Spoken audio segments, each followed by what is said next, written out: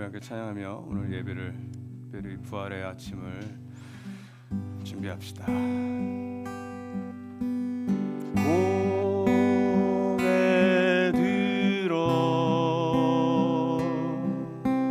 주를 맞이해 엎드려 경배하며 찬양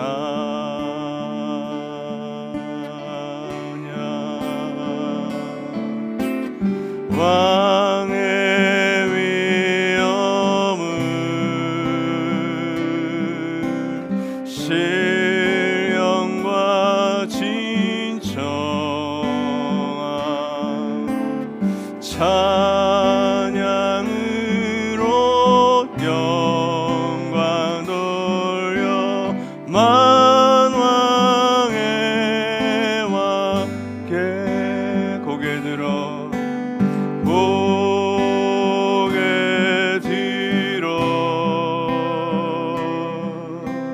주를 맞이해 엎드려 경배하며 찬양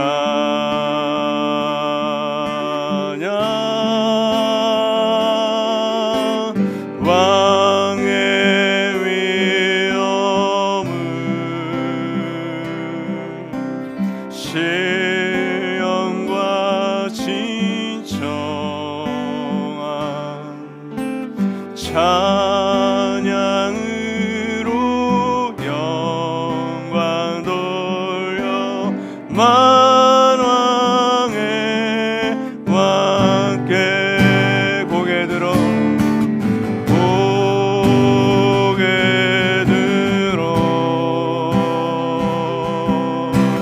주를 맞이해 엎드려 경배하며 찬양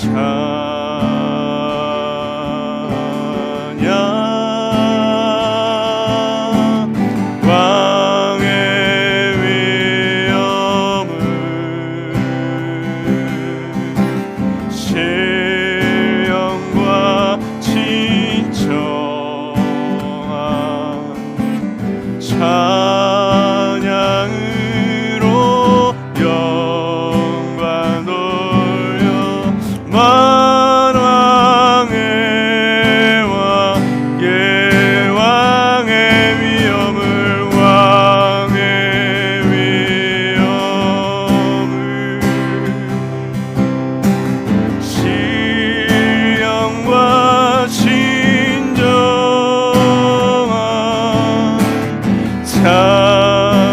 찬양으로 영광 돌려 만왕의 왕께 다시 한번 고백합니다. 왕의 위엄을 왕의 위엄을 신령과 진정한 찬양으로 영광 돌려 만왕의 왕께 찬양으로 영광 돌려 만왕의 왕께.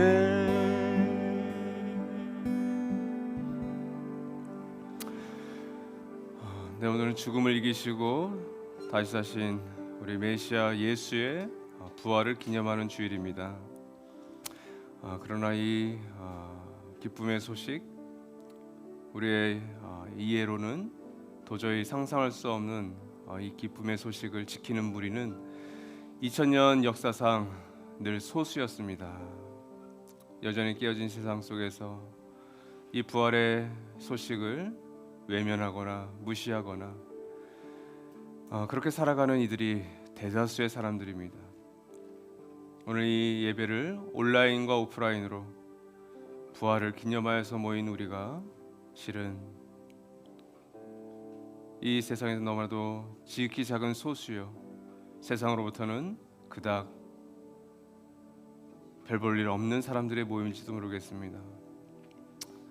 그러나 처음이요 마지막이며 죽었다가 다시 살아나신 그 주님을 기념하는 오늘이 우리에게는 너무나도 엄청난 예배요, 그런 자리임을, 그런 시간임을 이 시간 고백하며 오늘 이 예배를 받기 합당하신 부활하신 주 예수 그리스도, 그리고 그분을 보내신 아버지 하나님, 이 예배에 함께 하신 우리 성령 하나님을 기억하며 예배를 위해서 함께 먼저 기도합시다. 하나님 아버지, 감사합니다. 오늘 이 예배가 이 코로나 전국 속에서, 이 깨어진 세상 속에서 부활하신 주님을 사모하며 그 부활하신 주님을 알아가며 그 부활하신 주님을 기억하는 우리 많은 가족들의 참된 예배가 되기를, 이 깨어진 세상에서 우리가 무엇을 소망하며 무엇을 붙들고 가야 할지를 더욱더 선명하게 알아갈 수 있는 귀한 시간 되기를 간절히 소망합니다. 아버지 하나님, 주님 붙들어 주시옵소서. 주님 은혜 베풀어 주시옵소서. 주님의 크신 은혜가 오늘 이 예배를 통해 우리 모두에게 흘러가기를 간절히 원합니다. 주님, 부활의 소망과 기쁨이 우리 모든 가족들에게 흘러가기를. 두 번째로 기도할 것은 우리 자신을 위해서 기도합시다. 여전히 우리에게는 죽음이라는 것이 멀리 있는 것 같고, 죽음은 나와 상관없는 것 같지만, 이 깨어진 세상에서 살아가는 것 자체가, 아니 태어나는 것 자체가 죽음이라고 하는 그 꼴을 향해 나아가는 것 같습니다. 이 시간 나에게는 그 죽음에 대한 산소망이 있는지, 그 죽음이 정말 새로운 세계를 향한 문이 되고 있는지, 나는 그 죽음에 대해서 여전히 두려워하고 있는지, 이 시간 나 자신을 위해서 우리 자신을 돌아보는 기도를 올려드립시다. 기도합니다. 하나님 감사합니다.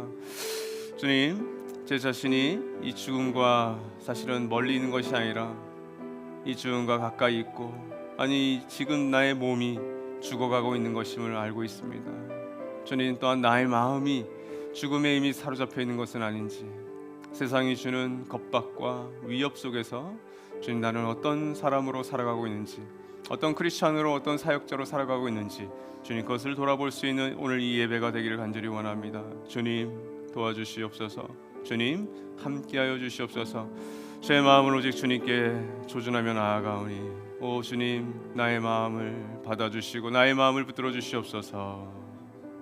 이제 마지막으로 기도할 것은 예수께서 세상 살아가는 사람들에게 죽은 자라고 하셨던 것처럼 하나님 나라를 아직 모르고 예수의 생일을 모르는 자들이 있습니다.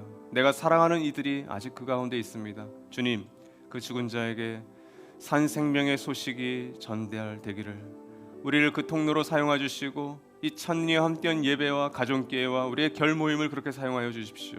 주님, 내가 하나님 나라의 복음을 전수하는 통로로 사용하여 주십시오. 이 시간 우리의 손님들과 찬은이들을 위해서 마지막으로 기도하겠습니다. 하나님 아버지, 감사합니다. 우리의 찬은이들과 우리의 손님들, 특별히 교회를 찾고 있는 여러 손님들이 또 있습니다. 주님, 그들에게 이 교회가 이 깨어진 세상에서 별과 촛대와 같은 역할을 감당할 수 있도록 주님, 나도 꿈꾸는 교회가 그 일을 감당하기 원합니다. 주님, 우리의 찬은이들에서 기도합니다. 주님, 그들의 허무함과 답답함과 그들의 무관심과 아버지 그들의 냉대와 그들의 수치와 모욕을 주님 우리가 기쁘게 감당할 수 있기를 간절히 원하오니, 주님 그 찾는 이들에게 부활의 산 생명으로, 부활의 그 능력으로 주님 만나 주시고 역사하여 주시옵소서. 오 주님, 오늘 이 부활의 소식이 1년 365일 우리 모든 꿈꾸는 가족들에게 흘러가기를, 또한 깨어진 세상 속으로 이 부활의 소식이 흘러 들어가기를, 그래 생명의 역사가 일어나기를 주님 소망합니다. 주님, 정말 그 부활의 주님을 다시 한번 찬양합니다. 주님, 그 주님을 이 시간 우리가 소망합니다. 고개 들어 주를 맞이해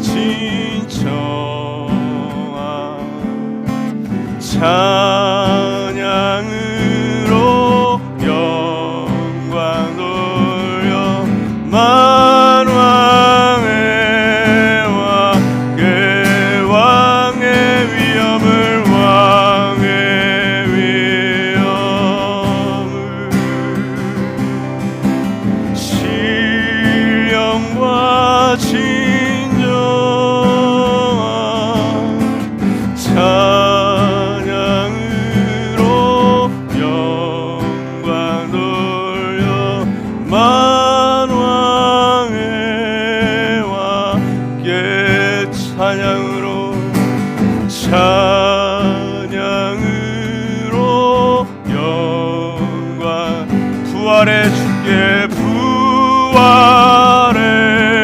주께 찬양하며 찬양하며 영광 돌려 부활의 주께.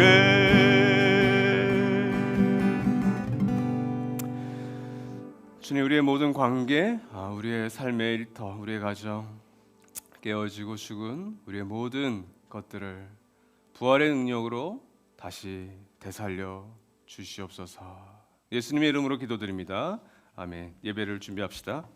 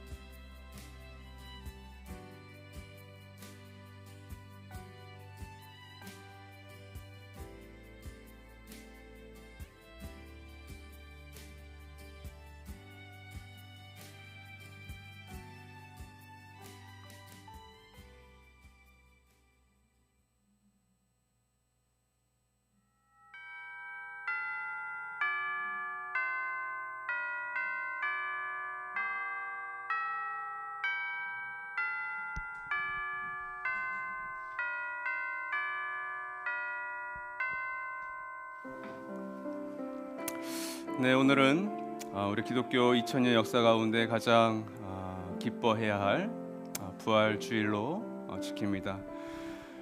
많은 사람들이 이 부활에 대한 소식을 여전히 모르고 또 그 부활하신 그리스도의 몸이 교회임을 알지 못합니다. 마치 교회가 죽은 것처럼 또 그리스도의 몸이 아무것도 할 수 없는 것처럼 생각하는 것이 오늘날 교회 밖의 사람들뿐만이 아니라 교회를 이루고 있는 또 우리의 어쩌면 너무나 연약한 모습인 것 같습니다. 오늘 이 고백을 통해서 지금도 살아계시고 전에도 살아계시고 앞으로도 우리와 함께 하실 그 부활의 주님을 또 그 부활의 교회를 함께 찬양합시다. 교회는 그리스도의 몸이라. 교회는 그리스도의 몸이라. 우리는 그리스도의 몸이라. 만물 안에서 만물을 충만케 하시는 분의 충만함입니다.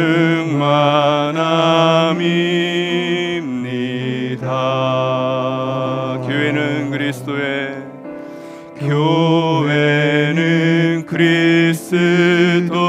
몸이라.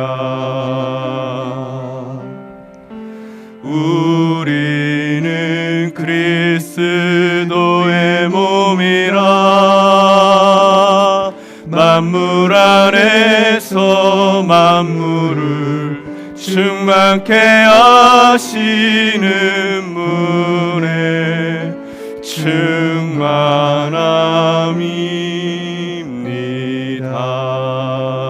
우리의 목소리로 교회는 그리스도의 몸이라.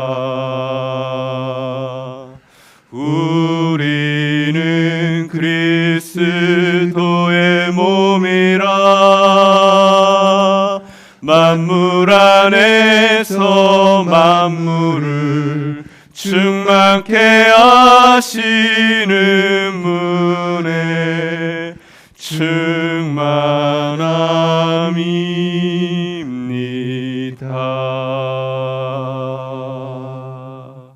자리에 앉겠습니다.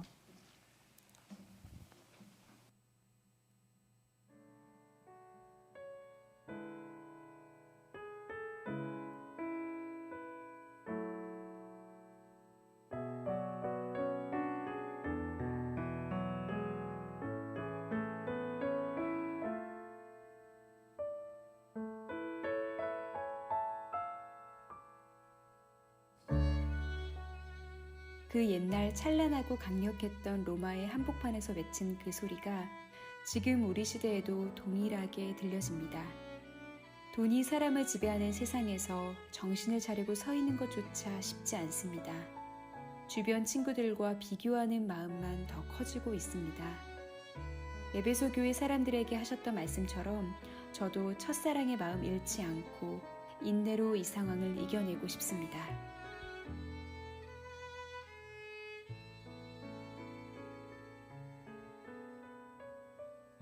꿈꾸는 교회가 어두운 코로나 시대를 환히 밝히는 주님의 촛대가 되길 기도합니다. 작년 우리 교회 지출 내역을 주보에서 확인하며 코로나로 인해 수련회 같은 행사비는 많이 줄었지만 그 금액이 대부분 어려운 교회들과 이웃을 위한 대외 지원비로 지출되었음을 보며 코로나 환경을 이용하여 꿈꾸는 교회를 이끌어가는 당신의 신비한 역사에 감사드립니다. 더욱 치열하게 그 나라의 복음을 따라가길 소망합니다.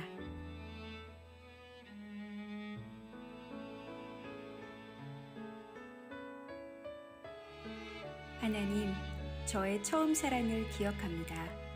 저를 위해 오랫동안 인내하시고 기다리신, 뒤에서 묵묵히 저에 대한 사랑을 보여주셨던 주님을 깨달았던 그 시간들을 기억합니다. 제가 주님의 손을 잡았던 것이 아니라 주님께서 저의 손을 놓지 않고 계셨음을 압니다. 하나님, 저의 삶의 자리에서 제가 주님을 위하여 수고하고 인내하며 감수해야 할 것들은 무엇일까요? 제가 저의 주변에 보여주어야 할 주님의 사랑의 모습은 어떤 것일까요? 선명하게 깨닫게 하시고 그 깨달음에 맞게 이 세상에서 소망의 빛으로 타게 해주세요.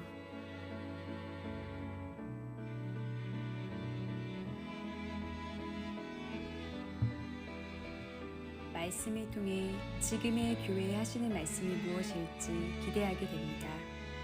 머리이신 주님과 분리되어 버린 것처럼 보이는 이 땅의 교회 현실 속에서도 사실 소망을 놓치지 않길 원하시는 마음이시겠지요. 그 교회를 지키는 일에 집중하느라 종종 그 사랑을 놓치기도 합니다. 인내와 수고는 이 모든 것을 균형 잡히게 끊임없이 주의 깊게 바라보면서도 주님의 그 십자가의 사랑을 잊지 않는 것임을 알게 됩니다. 진리를 지키는 인내와 수고를 감당하길, 그 진리를 지키다가 사랑을 잃지 않길, 이 길을 끝까지 가는 하늘 가족들을 주시고 그 사랑 함께 나누는 소망을 품게 하셨음을 알기를, 이 소망을 하나님 나라 복음을 전하는 삶 살아가길 소원합니다.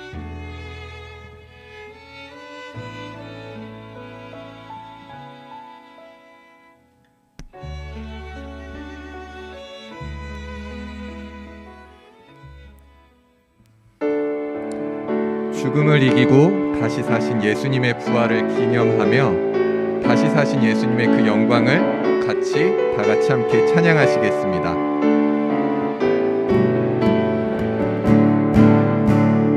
주님의 영광 다시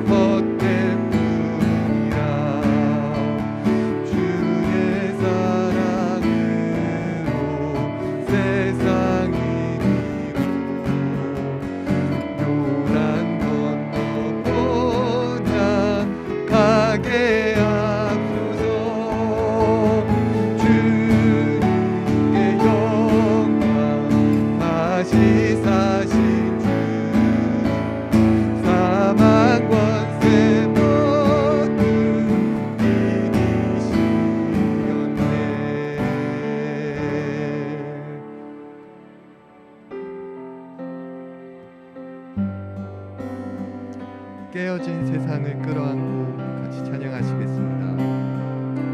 깨어진 세상을 끌어안고 나와 우리의 몫을 감당하며 주님의 완전한 하나님 나라 기다리며 사모합니다.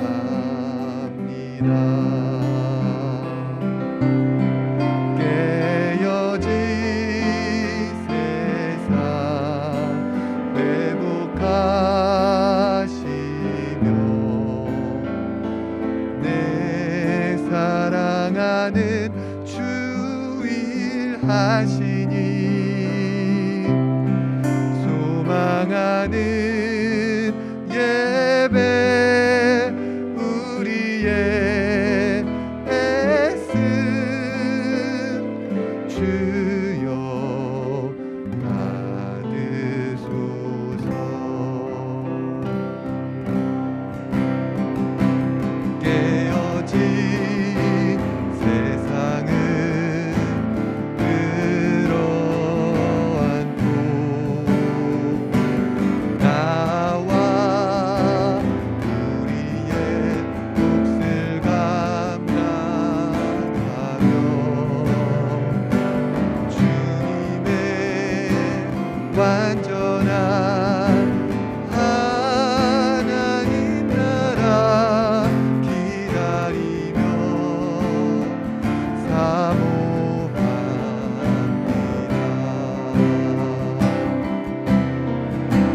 깨어진 세상 회복하시며 내 사랑하는 주 일하시니 소망하는 예배 우리의 애씀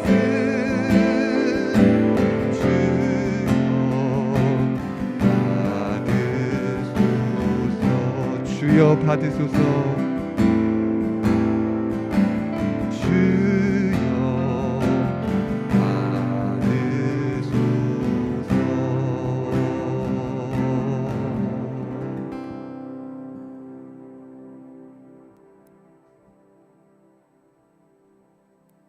하늘에 계신 우리 아버지, 감히 하나님께 나와 올 수 없는 우리들을 예수 그리스도 안에서 하나님을 아버지라 부르며 하나님 나라 백성 되게 하신 하나님 감사합니다. 우리를 먼저 찾아오셔서 우리를 위해 십자가에서 죽기까지 우리를 사랑하시고 하나님께 순종하신 주님, 오늘은 그날을 기억하며 부활주 예배를 드립니다. 지난주 우리는 에베소 교회를 향한 말씀을 들으며 애쓰고 수고하며 인내하는 것이 진리에 기초한 것이라도 놓치는 것은 없는지, 회복되어야 할 것은 무엇인지 고민하는 시간을 갖게 하시니 감사합니다. 오늘은 서머나 교회 승부는 아직이야 라는 제목으로 말씀을 듣습니다. 말씀을 전하실 목사님과 듣는 우리 모두 동일한 은혜를 허락하시고 온라인과 오프라인으로 함께하는 찾는 이에게도 주님의 구원의 은혜가 발견되어지기를 기도합니다. 하나님의 다스림 아래 우리를 공동체로 부르시고 함께 자라가게 하시니 감사합니다. 하나님의 우리의 부족함과 약함을 있는 그대로 받아주셨듯이 서로를 용납하며 사랑으로 섬기는 공동체 되게 해주세요.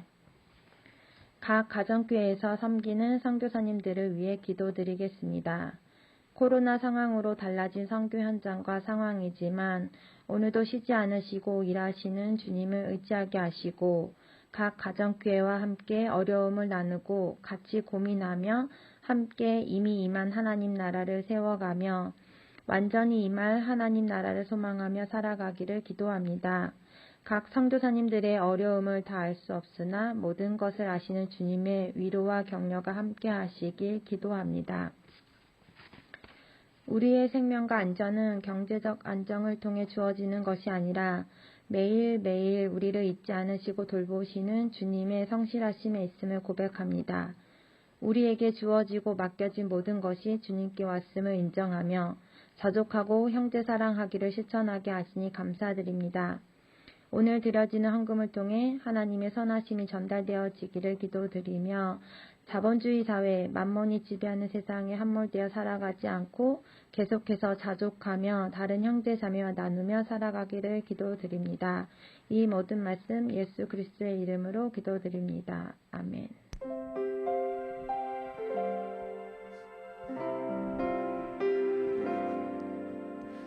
우리의 기도를 통해 오 주여 일하소서. 주의 뜻 이루소서.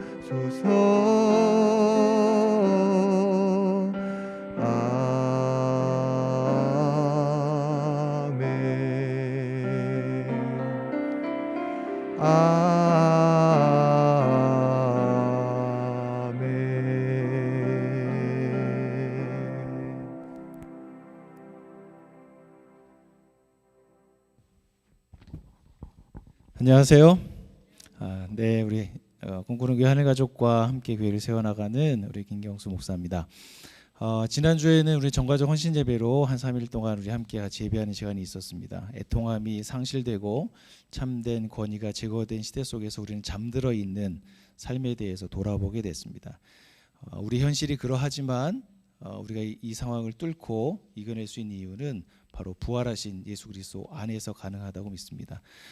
예수님의 부활로 인해서 예수님이 말씀하셨던 하나님의 나라가 더 온전하게 드러났습니다. 부활하심을 경험했던 공동체가 내 것을 내 것이라고 하지 않고 하게 나눠 쓰는 초대 교회가 세워지게 됐고요. 또 우리는 죽음을 넘어서는 그 소망을 갖게 됩니다. 그래서 이 시간에 우리 서로 이렇게 한번 인사했으면 좋겠습니다. 메리 이스터 한번 해볼까요? 메리 이스터. 네, 반갑습니다. 감사합니다. 우리 주님이 부활하신 아침 함께 여러분과 함께 날리며 꿈꾸는 소식 전하도록 하겠습니다. 우리 교회를 처음 방문하시고 또 우리 영상으로 우리 꿈꾸는 교회에 대해서 궁금하게 여기시는 분들은 우리 주보에 있는 QR코드를 스캔하셔서 이름과 성명, 전화번호를 남겨주시면 제가 주중에 연락을 드리도록 하겠습니다. 기독교와 하나님에 대해서 궁금하게 여기는 분들을 위한 광고인데요. 풍성한 삶으로의 초대, 우리 4주간 진행되는 광고입니다. 누구든지 신청하시면 우리 교회 입금이와 연결해서 그리스도를 또 교회를 알아가는 은혜를 누리시게 될 것입니다. 풍성한 삶의 약속이 이제 다음 주부터 시작인데요. 지금 현재 4명 신청하셨어요. 그래서 우리 새롭게 하나님 나라로 들어오는 그것을 준비하고 있는 4분을 위해서 함께 기도해 주시고 잘 준비해 주시면 감사하겠습니다. 네, 오늘 우리 하늘가족 디딤돌 7기가 우리 마지막 4주차 진행하게 됩니다. 오늘 우리 서약하는 시간도 있고요. 성찬식 하는 시간도 있습니다. 우리 새롭게 또 하늘가족이 돼서 또 우리 가정교회에 들어갈 우리 6명과 또 강남 가정교회가 재헌신하면서 4주간 함께하고 있는데요. 이분들을 위해서 기도해 주시고 격려해 주시면 감사하겠습니다. 5기 언약가족 디딤돌입니다. 이번 주 토요일부터 돌아오는 10일에 진행이 됩니다. 우리 목사님께서는 신청서와 또 추천서를 보내주시고요. 또 대상 되시는 우리 언약가족 예비 가족들은 토요일 날 함께 성남채플로 오시면 되겠습니다. 3월에 이어서 계속 저희가 전가족 헌신 예배로 인해서 3월에 진행됐던 수요 영성 위기 앞에서 빛나는 영성 이런 주제로 이번 주에 제가 마지막으로 여러분과 함께 말씀을 나누도록 하겠습니다. 지난주에 우리 어덜버덜 공동체를 돕기 위해서 함께 저희가 헌금해 주실 것을 요청드렸는데요.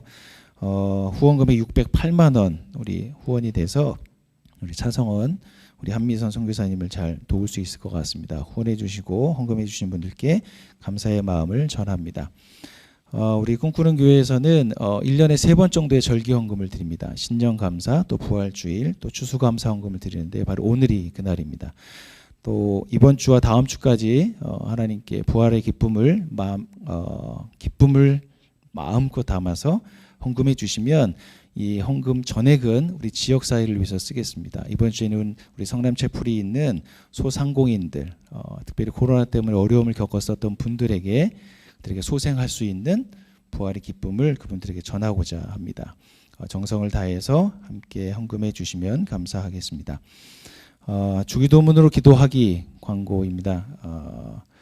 이런 분들에게 제가 추천드리고 싶은데요. 내 기도가 지금 중언부언하고 있다. 그래서 기도가 좀 깊어지길 원한다. 그다음에 기도로 매일 삶을 잘 살길 원하는 분들, 그리고 관계가 깨어져서 내 삶의 관계가 회복되길 원하는 분들, 그리고 내 평생에 기도의 동역자를 얻길 원하는 분들, 마지막으로 하나님 나라의 백성으로서의 정체성을 확고하게 하는 분들에게 추천드립니다. 많이들 오셔서 함께 이 기도의 기쁨과 깊이를 함께 누리시면서 훈련하시면 좋겠습니다. 지난주에 광고 드렸을 때는 우리 성남채풀에서만 하려고 했는데요. 지금 비대면 상황이기 때문에 온라인도 진행한다는 거 알고 계셔서 우리 목사님들이 함께 가족들에게 잘 추천해 주시면 좋겠습니다. 네, 기쁜 소식이네요. 우리 가족 소식 전해드리도록 하겠습니다. 우리 한의주 형정석, 우리 강동가정교회 둘째 아들을 출산했습니다. 마음껏 기뻐해 주시고 응원의 문자도 보내주셨으면 감사하겠습니다. 마지막으로 네트워크 소식 전해드립니다. 이번 주 토요일 날 4월 10일에는 네트워크 연합 지도자 기도회가 우리 영상으로 진행됩니다. 그래서 아침 8시에 링크를 보내드릴 텐데요. 함께 관심 가지시고 예배에 참여하시면 감사하겠습니다.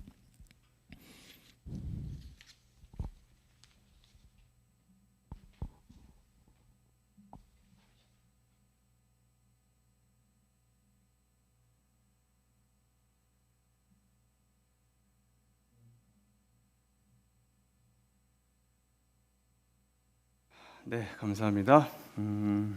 여러분 광고에도 해주셨듯이, 네, 오늘이 메리 이스터라고 하면 이스터가 온 건가요? 아직 안 온 건가요? 네, 우리 어덜버덜 공동체, 우리 차성현 한미선수가 지금 비자 연장 건으로 지금 한국에 와 계신데 계속 같이 2부 예배 드리고 계시죠? 그래서 귀하게 이렇게 헌금해 주셔서 그냥 돌아가지 않으시고 또 이런 후원금을 갖고 돌아가실 수 있어서 감사하고, 이런 모습이 아마 초대교회에서 사도 바울이 여러 지역들, 마게도니아 지역 또 소아시아 지역 교회들에게 요청했던, 기근에 빠졌던 예루살렘 교회를 돕고 또 어려움에 빠졌던 여러 교회들을 도왔던 그런 모습이 아닐까 싶습니다. 그래서 너무 감사하고요. 한편으로는 우리 이 타문화 담당하고 있는 우리 백원재 목사님께 차성현 선교사님이 이 이야기를 들었을 때 사실 저는 약간 부담이 됐었어요. 왜냐하면 부활주일을 제가 생각했기 때문에 부활주일에 또 저희 절기헌금을 해야 되는데 이거 분명히 2번 겹치는 거잖아요. 그래서 살짝 고민을 했다가 뭐 제가 헌금하는 게 아니니까 우리 성도들이 헌금하는 거고, 저도 제가 있는 것 하면 되는 거니까 이거 뭐 하나님께 맡기자 하는 마음으로, 그래서 3월 31일까지 한 이유가 있어요, 여러분. 4월 4일은 부활주일이기 때문에 부활주일까지 연장을 안 했던 거예요. 그런데도 불구하고 여러분이 제가 볼 때는 열심히 헌금해 주신 것 같아요. 그래서 608만 원의 헌금을 보내줄 수 있어서 감사하고, 이것은 저희의 어떤 경상 재정에 들어온 것은 아니니까. 그리고 오늘과 다음 주에 걸쳐서 부활주일 절기 헌금을 드리게 됩니다. 이 헌금도 역시 교회 밖으로 흘려보내게 돼요. 저희가 이 성남채풀이 세워진 곳, 수서채풀은 저희가 예배를 드리고 늘 금방 오기 때문에 거기에 있는 카페라든지 어떤 식당과 이렇게 관련성이 많이 없어요. 이 성남채풀이 있는 이곳에는 저희가 개인적인 관계를 맺는 카페라든지 식당들이 좀 있습니다. 그래서 그분들의 어려움도 저희가 듣고요. 그래서 저희 사역자들은 이렇게 커피콩도 사실은 인터넷으로 사면 굉장히 싸요. 그런데 커피콩을 사는 카페가 따로 있고, 그리고 커피를 주문해서 먹는 카페가 따로 있습니다. 그래서 그 2군데를 저희가 이용을 하는데 돈은 더 많이 들죠. 근데 그렇게 해서 저희가 교회인도 밝히고 또 어려운 이야기도 듣고, 그래서 사실 관계가 너무 좋습니다. 그래서 그분들을 좀 도우려고 하고 있어요. 그래서 이번 주와 다음 주까지도 여러분께서 부활의 기쁨이라기보다는 내 물질 가운데 어느 정도를 내가 흘려보낼 수 있을까 고민해 주십시오. 그리고 마음을 담아서 2주 동안 같이 동참해 주시면 그 마음을 담아서 저희가 기쁘게 저희 주변에 있는 상가들을 돕도록 하겠습니다. 네, 그리고 또 하나는 오늘 또 성남시청에서 저희 성남채플에 이렇게 방역, 특히 부활절이라 사람들이 또 모여 있고 그러면 또 그러니까 여성분 한 분이 오셨는데 뭐 너무 방역을 잘 지켜줘서 감사하다고 하고 가셨고요. 걱정되는 건 이제 수서채플인데 물론 오늘 보니까 오늘 참석할 가교를 보니 뭐 괜찮을 것 같아요. 그래서 수서채플에서도 여러분 참석할 때는 방역을 잘 지켜주시면 감사하고 성난채플은 제가 볼 때는 한 10명 넘게는 가능합니다. 다목조실도 있고 여기도 많이 비어있기 때문에 일부 예배에 참석하고 싶은 가정교회는 따로 연락을 주시면 여러분 함께 하셔서 또 가족 예배실도 있으니까 아이들과 예배를 드릴 수 있을 것 같아요. 그래서 같이 목사님들과 상의하셔서 일부 예배에도 많이 참석해 주셨으면 좋겠네요. 네, 제가 잠시 기도하고 오늘 말씀 같이 나누겠습니다. 주님 감사합니다. 오늘 죽음을 이기시고 다시 사신 그 부활의 주님을 기념하는 부활주일이자 오늘 요한계시록 2장과 3장 두 번째 서머나 교회에 대해서 살펴볼 터인데 사실 말씀을 전하는 저로서도 이 죽음과 이 부활에 대해서는 여전히 모르는 것이 거의 99.9%입니다. 주님 우리에게 거룩한 상상력을 주셔서 또 믿음을 주셔서 죽음을 이기시고 다시 사신 그 예수 그리스도의 그 현존과 그리고 성령 하나님의 임재를 우리가 더욱더 깨닫고 알아가는 시간 되게 하여 주십시오. 예수님으로 기도드립니다. 아멘. 사실은 오늘 말씀을 준비한 건 뭐 한두 달 전이었으니까요. 그럴 때 이 7개 교회를 배치를 할 때 뭐 순서대로 배치를 한 거죠. 그럴 때 사실은 먼저 살펴본 것이 이 서머나 교회였어요. 그래서 4월 4일 오늘 이 예배와 관련된 교회였어요. 왜 그랬을까요? 부활주일이잖아요. 그래서 부활주일인데 이 서머나 교회 이야기가 전혀 다른 방향의 이야기면 어떨까? 근데 참 신기하죠. 하나님께서는 우리에게 이 서머나 교회를 4월 4일 부활주일 날 살펴볼 수 있도록 너무나도 완벽하게 맞춰주셨어요. 이 서머나 교회는 바로 이 부활절에 가장 어울리는 교회를 향한 말씀입니다.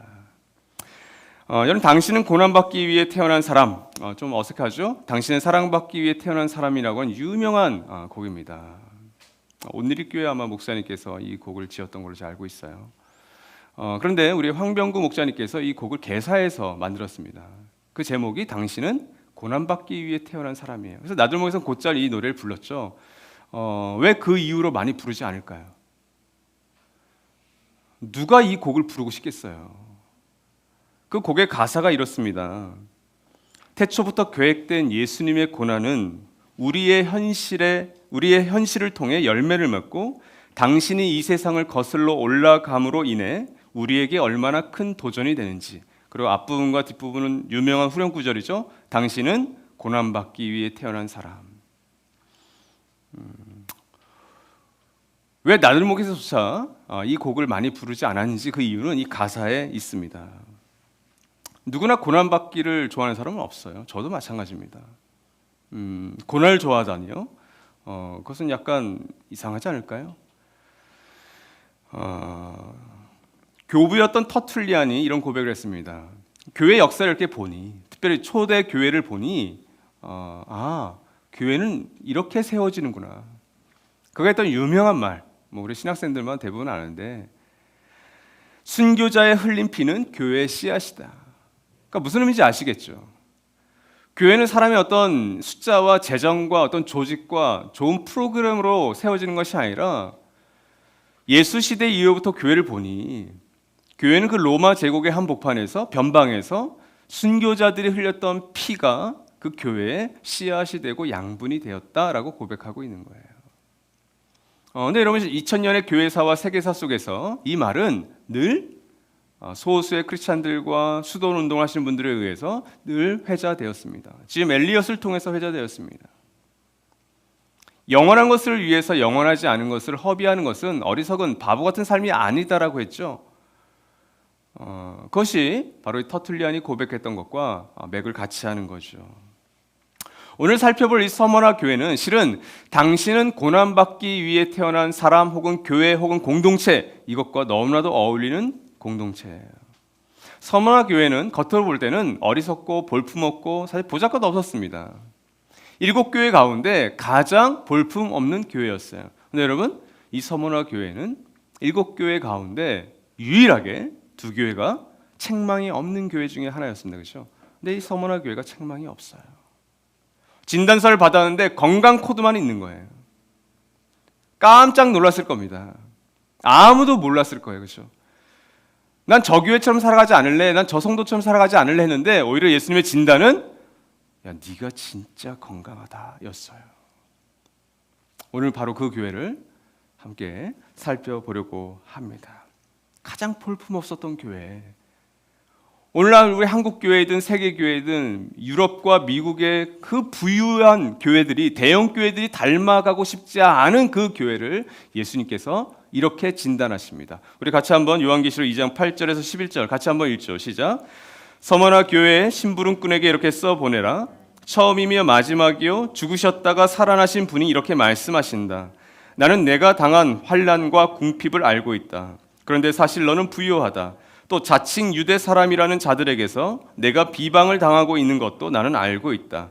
그러나 사실 그들은 유대 사람이 아니라 사탄의 무리다. 내가 장차 받을 고난을 두려워하지 말아라. 보아라, 악마가 너희를 시험하여 넘어뜨리려고 너희 가운데서 몇 사람을 감옥에다 집어넣으려고 한다. 너희는 열흘 동안 환난을 당할 것이다. 죽도록 충성하여라. 그리하면 내가 생명의 면류관을 너에게 주겠다. 귀가 있는 사람은 성령이 교회들에 하시는 말씀을 들어라. 이기는 사람은 둘째 사망의 해를 받지 않을 것이다.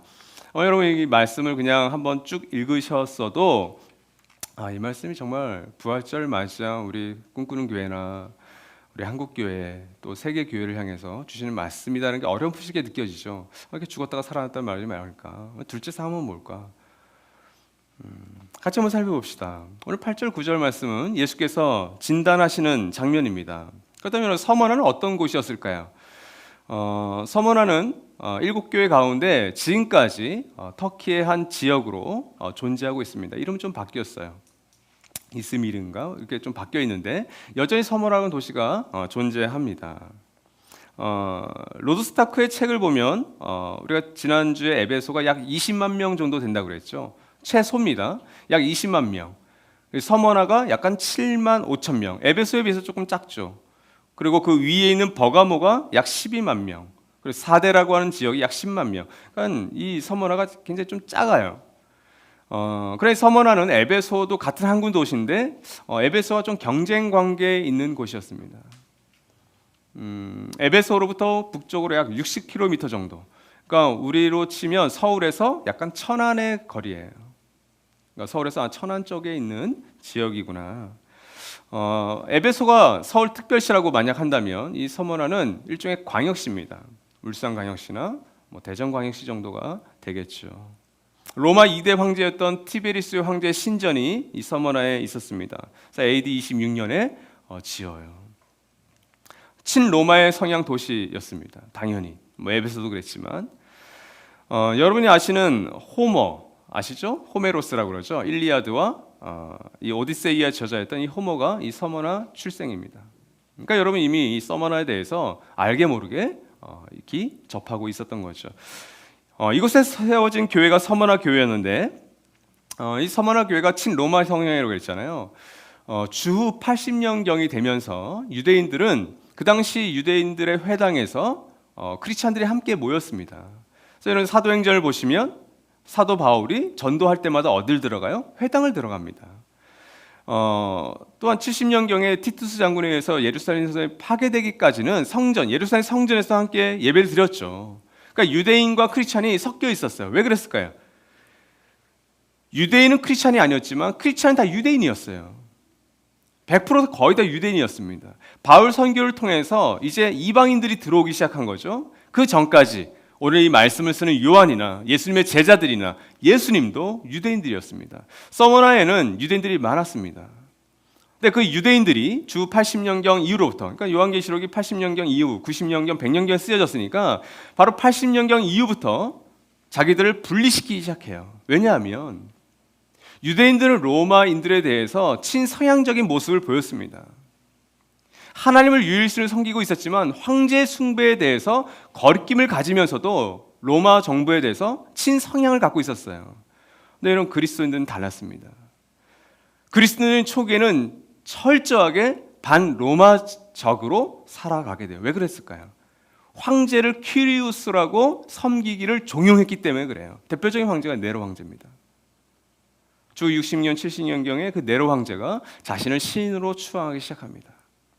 11대 도미티안 황제 때는 전국으로, 로마 전국으로 이 학대가 확장되기 시작합니다. 그 역사적인 게 있는 거예요. 그러니까 유대인들이 이 서머나 지역에서는 그리스도인들과 자기들을 분리시키기 시작합니다. 그러니까 회당과 교회를 다르다라고 얘기하고 있는 거예요. 서머나 교회가 어떤 위험에 처했을까요? 동족이잖아요. 예수님의 동족이기도 하고 요한의 동족이기도 하고 같은 하나님을 모시고 있잖아요. 그런데 그 유대인들이 이 그리스도인들을 고발하기 시작한 겁니다. 저도 우리랑 다르다. 저들은 황제를 퀴리우스로 인정하지 않는 사람들이 하면서 유대인들로 말미암아 핍박을 당하기 시작합니다. 그것이 오늘 말씀에도 잘 나와 있죠. 예수께서 그 유대인들의 무리가 어떤 사람들인지를 알려주는 장면을 보면 압니다. 그래서 주 80년경 이후부터 유대인 회당에서 그리스도인들은 예배를 드리지 못하게 됩니다. 예배를 금지합니다. 결국 주 156년경에 아마 교회 안에 오래 계셨던 분들은 익히 알아들었을 폴리캅이라고 하는 이 서머나 교회의 서머나 지역의 감독이었던 그리고 사도 요한의 마지막 제자라고 내려오는 이 폴리캅이 순교합니다. 그러니까 이 서머나 교회가 오늘 이 말씀도 그렇지만 앞으로 한 50, 60년경이 지났을 때도 오늘 이 말씀이 그대로 이루어지고 있음을 보게 되는 거죠. 아름다운 도시 이 서머나에서 유대인들과 그리스도인들이 함께 살아가면서 그러나 그 서머나 교회가 처한 어려움은 너무나도 명백했었어요. 그래서 예수님께서 이 8절 말씀을 통해서 이 서머나 교회를 진단하십니다. 2장 8절 말씀인데 서머나 교회 심부름꾼, 천사라고 그랬죠, 사자라고 그랬죠. 이렇게 써보내라. 처음이며 마지막이요 죽으셨다가 살아나신 분이 이렇게 말씀하십니다. 그러니까 여러분 7교회를 소개하실 때 진단자, 고발자의 정체가 굉장히 중요하다고 그랬잖아요. 그 교회에 딱 맞게 당신을 소개하고 있는 거예요, 그렇죠? 에베소 교회도 그랬지만 7별 손에 쥐고 그 촛대사를 거니시는 분이 얘기하신다. 근데 오늘 서머나 교회에서는 이렇게 얘기하십니다. 처음이며 마지막이요 죽었다가 살아나신 분, 두 가지로 자신을 소개하죠. 처음이며 마지막이라고 하는 말은 무슨 말일까요? 이 말은 요한계시록에서 알파요 오메가요. 알파라는 것은 헬라어의 첫 단어고요. 첫 글자고 오메가는 마지막 단어예요. A가 그리고 Z가 그렇죠? 기읍과 히읗 이 표시입니다. 처음과 마지막이라고 하는 이 문장은 이 수거는 구약에서 또 신약에서 하나님과 그리스도를 향한 용어예요. 그러니까 유대인들도 하나님을 처음이요 마지막으로 고백합니다. 크리스찬들도 그리스도를 마지막이요 처음이라고 고백합니다. 그런데 이런 유대인들은 그리스도를 처음이요 마지막으로 인정하지 않죠. 근데 그리스도는 지금 뭐라고 하고 있는 거예요?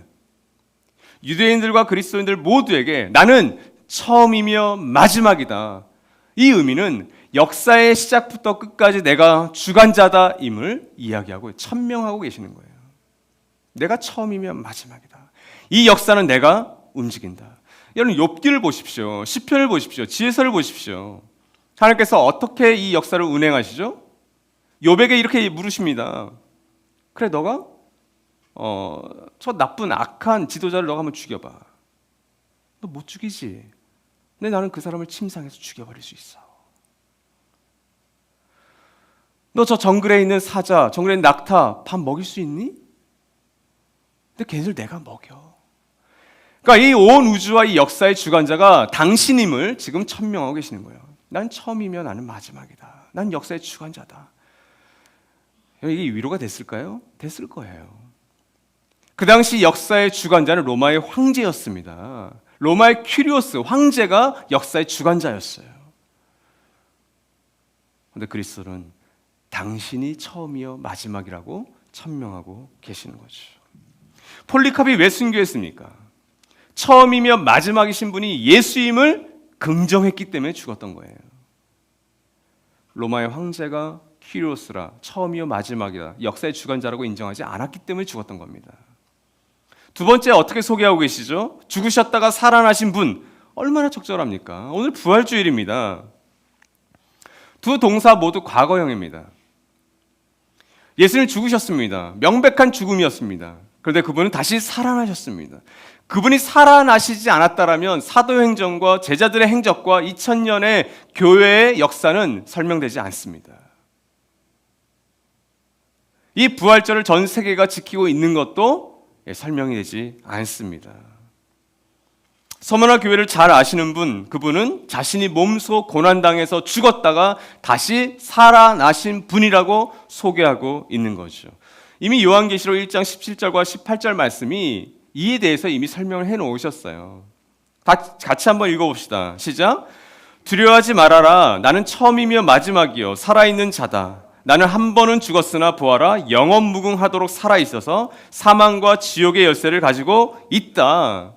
이 글을 쓰고 있는 요한 사도가 두려움에 떨려 있었겠죠. 자신의 동료들, 자신의 친구들, 자신의 겉은 동료 제자들은 다 순교했습니다. 눈에 보이는 것은 팍스 로마나의 폭정과 압제밖에는 없는 거예요. 많은 사람들은 환호했습니다. 아, 로마가 차라리 이 세계를 통일했으면 좋겠다. 여러분, 사람들의 그런 마음이 다 있는 거 아세요? 뭐 우리가 친일파라고 할 것도 없지만 차라리 일본이 우리를 다 지배했었으면, 중국이 우리를 다 지배했었으면, 미국이 우리를 차라리 다 지배했었으면, 이런 마음 있지 않나요? 그 영어 때문에 고민 안 했을 텐데. 필리핀만큼만 좀 지배해 주셨었으면. 로마 제국 시대에 많은 사람들이 이 생각을 했습니다. 그런데 주님 뭐라고 하시는 거예요? 두려워하지 마. 나는 한 번은 죽었어. 그러나 나는 영원 무궁하게 살아있어. 이렇게 얘기하고 계시는 거예요. 이게 여러분 진단자와 고발자의 정체였습니다. 그럼 여러분 9절 말씀은 진단서의 내용입니다. 여기서도 알고 있다 이렇게 표현하죠. 이 정확한 단어가 쓰여 있지는 않아요. 그러나 여전히 주님은 서머나 교회를 알고 있었습니다. 세 번이 그렇게 번역을 하고 있는 거죠. 내가 당한 환난과 궁핍을 알고 있다. 그런데 너는 사실 부요하다. 이게 첫 번째고요. 두 번째 진단은 자칭 유대 사람이란 자들에게서 내가 비방을 당하고 있는 것도 나는 알고 있다. 그러나 사실 그들은 유대 사람이 아니야. 그들은 사탄의 무리야. 이 두 가지를 한번 살펴봅시다. 건강 코드예요. 아까 말씀드렸듯이 질병 코드는 나타나지 않습니다. 근데 이런 역설이 있어요. 이 당시 서머나 교회를 생각했던 많은 사람들은 이들이 당하고 있는 고난을 질병이라고 생각했을 겁니다. 그렇겠죠. 안 좋은 일. 서머나 교회는 왜 저래? 왜 저렇게 투옥되고 저렇게 어려운 일이 있어? 근데 여러분, 예수님은 그걸 질병이라고 생각하지 않았다는 게 중요해요. 고난은 이들에겐 건강 코드였습니다. 고난을 겪고 있는 서머나 교회를 오히려 건강하다라고 진단하신 거예요. 서머나 교회와 필라델피아 교회, 이 두 교회가 책망이 없었습니다. 건강 코드만 있었어요. 그런데 공통점이 뭔지 아세요? 교회의 외적, 내적 환경이 가장 열악했던 교회가 서머나와 필라델피아였습니다. 아마 이렇게 여러분 들으시면 여러분 떠오르는 게 있지 않으세요? 여러분 과거보다 여러분이 좀 재정적으로나 뭐 건강이나 좀 사회적으로 윤택한 삶을 살고 계세요? 근데 여러분이 어린 시절에 경험했던 부모님과의 어떤 경험 혹은 좀 지난 과거의 어떤 행복했던 시간을 한번 비교해 보십시오. 나는 그때 가진 것이 더 많이 없었고 누리는 것이 많이 없었는데 그때가 더 행복한 것 같아. 지금 그때와는 비교가 되지 않는데 나는 왜 불평만 하고 불만이 이렇게 많지? 라고 하는 생각이 여러분에게 있다면 아마 이 부분 비슷한 부분일 겁니다.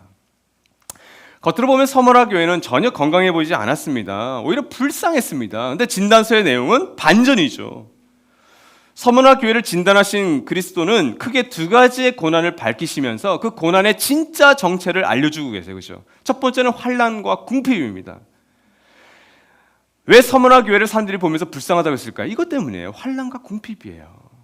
여러분, 우리 가족 가운데 환난과 궁핍을 당하면 우리는 어떻게 생각합니까? 아, 힘들겠다. 어렵다. 난 저러지 말아야지. 이렇게 생각하기 쉽죠. 여러분, 제국의 보호 아래 속에 안전한 울타리 속에 있었던 그 유대인들과는 달리 이 기독교 공동체는 경제적, 정치적, 사회적, 재정적으로 어려움을 당하고 있었습니다. 소외를 당하고 있었던 거예요. 그래서 10절 말씀을 보면 감옥에 갇히는 투옥되는 일도 일어났다 이렇게 되어 있습니다. 그렇죠? 근데 예수님의 진단이 뭐예요? 너희는 부유하다예요. 너희가 진짜 부자다 얘기하고 있는 거예요. 경제적으로 가난했지만, 너희는 정치적으로 핍박받았지만, 아니야, 너희들이 진짜 부유해. 반면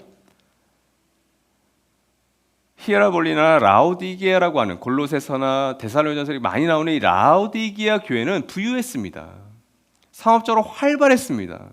교회가 가진 것이 많았습니다. 근데 그 라오디게아 교회는 칭찬을 못 받았어요. 그렇죠? 근데 그 라오디게아 교회를 우리가 그래서 뭐라고 하니까, 너는 부자라고 하지만 실상 가난하다 이렇게 얘기하고 있어요. 역설입니다. 두 번째는 비방이죠. 이건 모함. 10절에 따르면 이 비방은 단순히 말로만이 아니라 서머나 교회 성도들이 이 비방 때문에 어떻게 돼요? 감옥에 갇혔습니다. 투옥이 되었습니다. 근데 예수의 진단은 뭐예요? 그 교회를 비방했던 유대인들이 실은 뭐예요? 사단의 무리다. 원은 사단의 회당이란 뜻입니다. 오늘날로 빠지면 뭐예요? 사단의 교회다 이렇게 뜻하는 거죠. 여러분, 이 말씀은 굉장히 우리에게 뼈아픈 교훈을 주는 거예요. 그래서 서머나 교회들에게 너희가 옳다라고 인정해주고 계시는 거예요. 마치 이런 거죠. 크게 아픈 줄 알고 의사를 찾아온 환자에게 다 검사가 끝나고 나니 걱정 마세요. 당신 진짜 건강하시네요 라고 얘기해 주시는 거예요. 이 비방에 대해서는 뒷부분에 다시 한번 또 살펴보겠습니다. 이게 진단서의 내용이었습니다. 그리고 책망이 없었어요. 그리고 주님이 서머나 교회를 향해서 너무나도 극심한 어려움과 고난과 이런 비방들이 이렇게 풍성하니까 일종의 격려와 그리고 명령과 그리고 해결책과 그리고 에베소 교회와 똑같이 약속을 주십니다. 그래서 10절과 11절 말씀에 잘 나와 있습니다. 특별히 10절 말씀을 보면 내가 장차 받을 고난을 두려워하지 말아라. 보아라, 악마가 너희를 시험하여 넘어뜨리려고 너희 가운데서 몇 사람을 감옥에다 집어넣으려고 한다. 너희는 열흘 동안 환난을 당할 것이다. 죽도록 충성하여라. 그리하면 내가 생명의 면류관을 너에게 주겠다. 이렇게 되어 있습니다. 10절 전반절을 보시면 내가 장차 받을 고난을 두려워하지 말아라. 격려하십니다. 두려워 말라고 하세요. 앞서 요한 사도에게도 두려워 말라고 하셨죠. 우리가 구약으로 가면 여호수아라든지 다윗이라든지 많은 사람들에게 두려워하지 말라고 하십니다. 왜 그랬을까요? 두려워하니까. 두려울 만하니까. 그 두려워할 만한 상황 속에서 주님은 두려워하지 말아라. 그리고 그 앞에 붙어있죠. 내가 장차 받을 고난을. 이런 중요한 표현입니다. 그렇죠? 장차 당할 그 고난을 없애주겠다가 아니라 그 고난을 없애주시는 것이 아니라 그 고난을 상세하게 설명해 주십니다.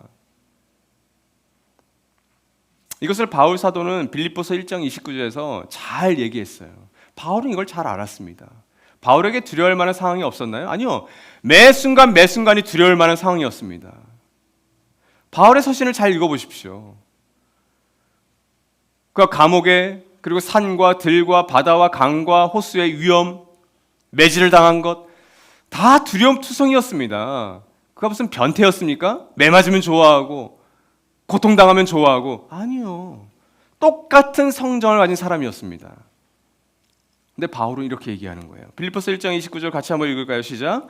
하나님께서는 여러분에게 그리스도를 위한 특권, 즉 그리스도를 믿는 것뿐만 아니라 또한 그리스도를 위하여 고난을 받는 특권도 주셨습니다. 특권. 우리가 공항에 갈 때 모닝캄 회원이냐 아니면 다른 회원이냐, 비즈니스 탈 거냐 퍼스트 탈 거냐 다 다르죠. 라운지가 달라요. 그때 특권이라 쓰는 겁니다. 근데 바울은 예수 그리스도를 믿는 것도 특권이지만 예수 그리스도를 위하여 받는 고난도 특권이다라고 얘기하고 있는 거예요. 이게 프리빌리지다 이렇게 얘기하고 있는 거죠. 우리 특권은 그렇게 생각합니까? 우리에게 주어진 보너스 카드, 우리에게 주어져 있는 항공사의 특권도 진짜 귀하게 여기는데 이 고난을 우리의 특권으로 여기고 있는가? 서머너가 당할 고난은 구체적으로 감옥살이였습니다. 투옥이었습니다. 근데 오늘날 투옥과 이 당시의 투옥은 좀 달라요. 오늘날 우리 가족들 가운데도 투옥의 경험이 있는 분들이 있습니다. 교회 안에서 문제가 일어나죠. 그럼 대표인 제가 투옥 당할 확률이 100%예요. 리더이기 때문에 책임을 지는 겁니다. 리더가 딱히 잘못을 한 게 아니어도 리더이기 때문에 책임을 지는 거예요. 애매하게. 그럴 수 있어요. 여러분이 사업을 하시다 보면 그런 일들이 종종 일어날 수 있을 겁니다. 근데 이 당시의 투옥은 오늘의 말랑말랑한 투옥과는 좀 달라요. 이 당시 대표적으로 크게 두 가지입니다. 구금이 되죠. 그 구금은 이제 재판을 앞두고 하는 구금이에요. 그게 첫 번째입니다. 근데 두 번째 뭐냐면 재판을 받아서 이제 사형당하기 전에 구금이에요. 뭐예요? 죽거나 살거나예요. 오늘날 교도소에서의 구금은 새끼 다 주고 자유가 좀 제한다는 거죠. 그러니까 감옥에서 갱생도 하고 여러 기술도 배우고 좀 다릅니다. 이 당시의 투옥은 진짜 고통이었고 고난이었던 거예요. 근데 여러분, 이 눈에 보이는 투옥은 눈에 보이지 않는 시험을 위한 것이 목적이라고 주님이 말씀하고 있는 거예요. 눈에 보이는 이 투옥이 사실은 더 중요한 어떤 시험을 위한 것이라고 얘기하고 있는 겁니다. 그렇죠? 오늘 말씀 가운데 너희를 시험하여 넘어뜨리려고 악마가 너희를 감옥에 가둘 거야. 그러니까 감옥에 가둬 있는 것, 감옥에 갇히는 것만 보면 안 된다는 거죠. 그래서 열흘 동안 너희가 환난을 당할 것이다 이렇게 얘기합니다. 여러분, 성경에 나타나는 이 시험에는 두 종류의 시험이 항상 있다는 걸 기억하십시오. 욥이 당한 시험은 어떤 시험일까요? 어렵죠. 어떤 게 하나님께서 시험하신 거고 어떤 게 사단이 시험한 건지를 다 발려내는 것이 쉽지 않습니다. 우리들의 삶 속에서도 마찬가지입니다. 어떤 미친놈이 중앙선을 침범해서 나의 차를 향해 다가와요. 그게 하나님이 보내신 건지, 그게 깨어진 세상으로 말미암아 음주운전을 위한 것인지 잘 분간이 안 돼요. 새벽 예배를 가시다가 교통사고를 당하신 우리의 권사님 장로님이 이게 하나님이 시험하신 건지 사단이 시험한 건지 구분이 잘 안 된다고요. 그거를 선명히 구분하려고 하면 오히려 낭패를 당합니다. 그런데 오늘 이 말씀도 마찬가지예요. 어떤 시험일까요? 그래서 성경은 대표적으로 두 가지입니다. 영어는 테스트와 템테이션이에요. 테스트는 뭐죠? 하나님께서 주체가 됩니다. 주어가 하나님이 되는 게 테스트예요. 시험하십니다. 연단하십니다. 그죠? 성경에는 연단과 이 시험, 훈련에 대한 얘기가 많습니다. 근데 두 번째, 사탄이 주어가 되면 그 시험은 템테이션이 됩니다. 유혹이 됩니다. 주님의 기도에 시험을 당하지 말게 하소서는 하나님의 시험을 거부하는 것이 아니라 사단의 이 템테이션을 거부하게 해달라는 기도예요. 이 두 가지 여러분 잘 구분하셔야 됩니다. 열흘 동안 환난을 당할 것이다. 열흘이라고 하는 단어에 시험이라는 게 주체가 사단이 될 수도 있고 하나님 될 수도 있다는 걸 알려줘요. 왜 그렇죠? 사단은 우리를 시험합니다. 그러나 우리에게는 열흘이라고 하는 하나님께서 통제하시는 시간이 있어요. 사단도 하나님의 통제 밖에 있지 않습니다. 요한계시록이 그 얘기를 하고 있는 거예요. 이런 제한적이지만 혹독한 시험이 있을 겁니다. 그렇죠? 그러나 그 시험은 하나님께서 통제하십니다. 이걸 얘기하고 있는 거예요. 자, 그렇다면 이런 고난과 이런 투옥과 환난 앞에서 우리는 어떻게 해야 되나? 두려워하지 마라. 그리고 동시에 명령을 내리시는데 죽도록 충성해라. 이게 해결책이에요. 10절 중반절 보시면 충성해라. 그래서 여러분 성경에 나오는 이 충성이라는 단어는 신실이라고 하는 단어로 바꾸셔도 됩니다. 거의 무방합니다. 비슷한 단어가 신실, 믿부심, 충성, 믿음 이런 뜻으로 쓰여요. 충성하라, 그건 신실하라 합니다. 두려움을 주는 고난을 없애주지 않으셨죠. 그러니까 두려움에도 불구하고 뭐라는 거예요? 충성해라, 신실해라, 명령어입니다.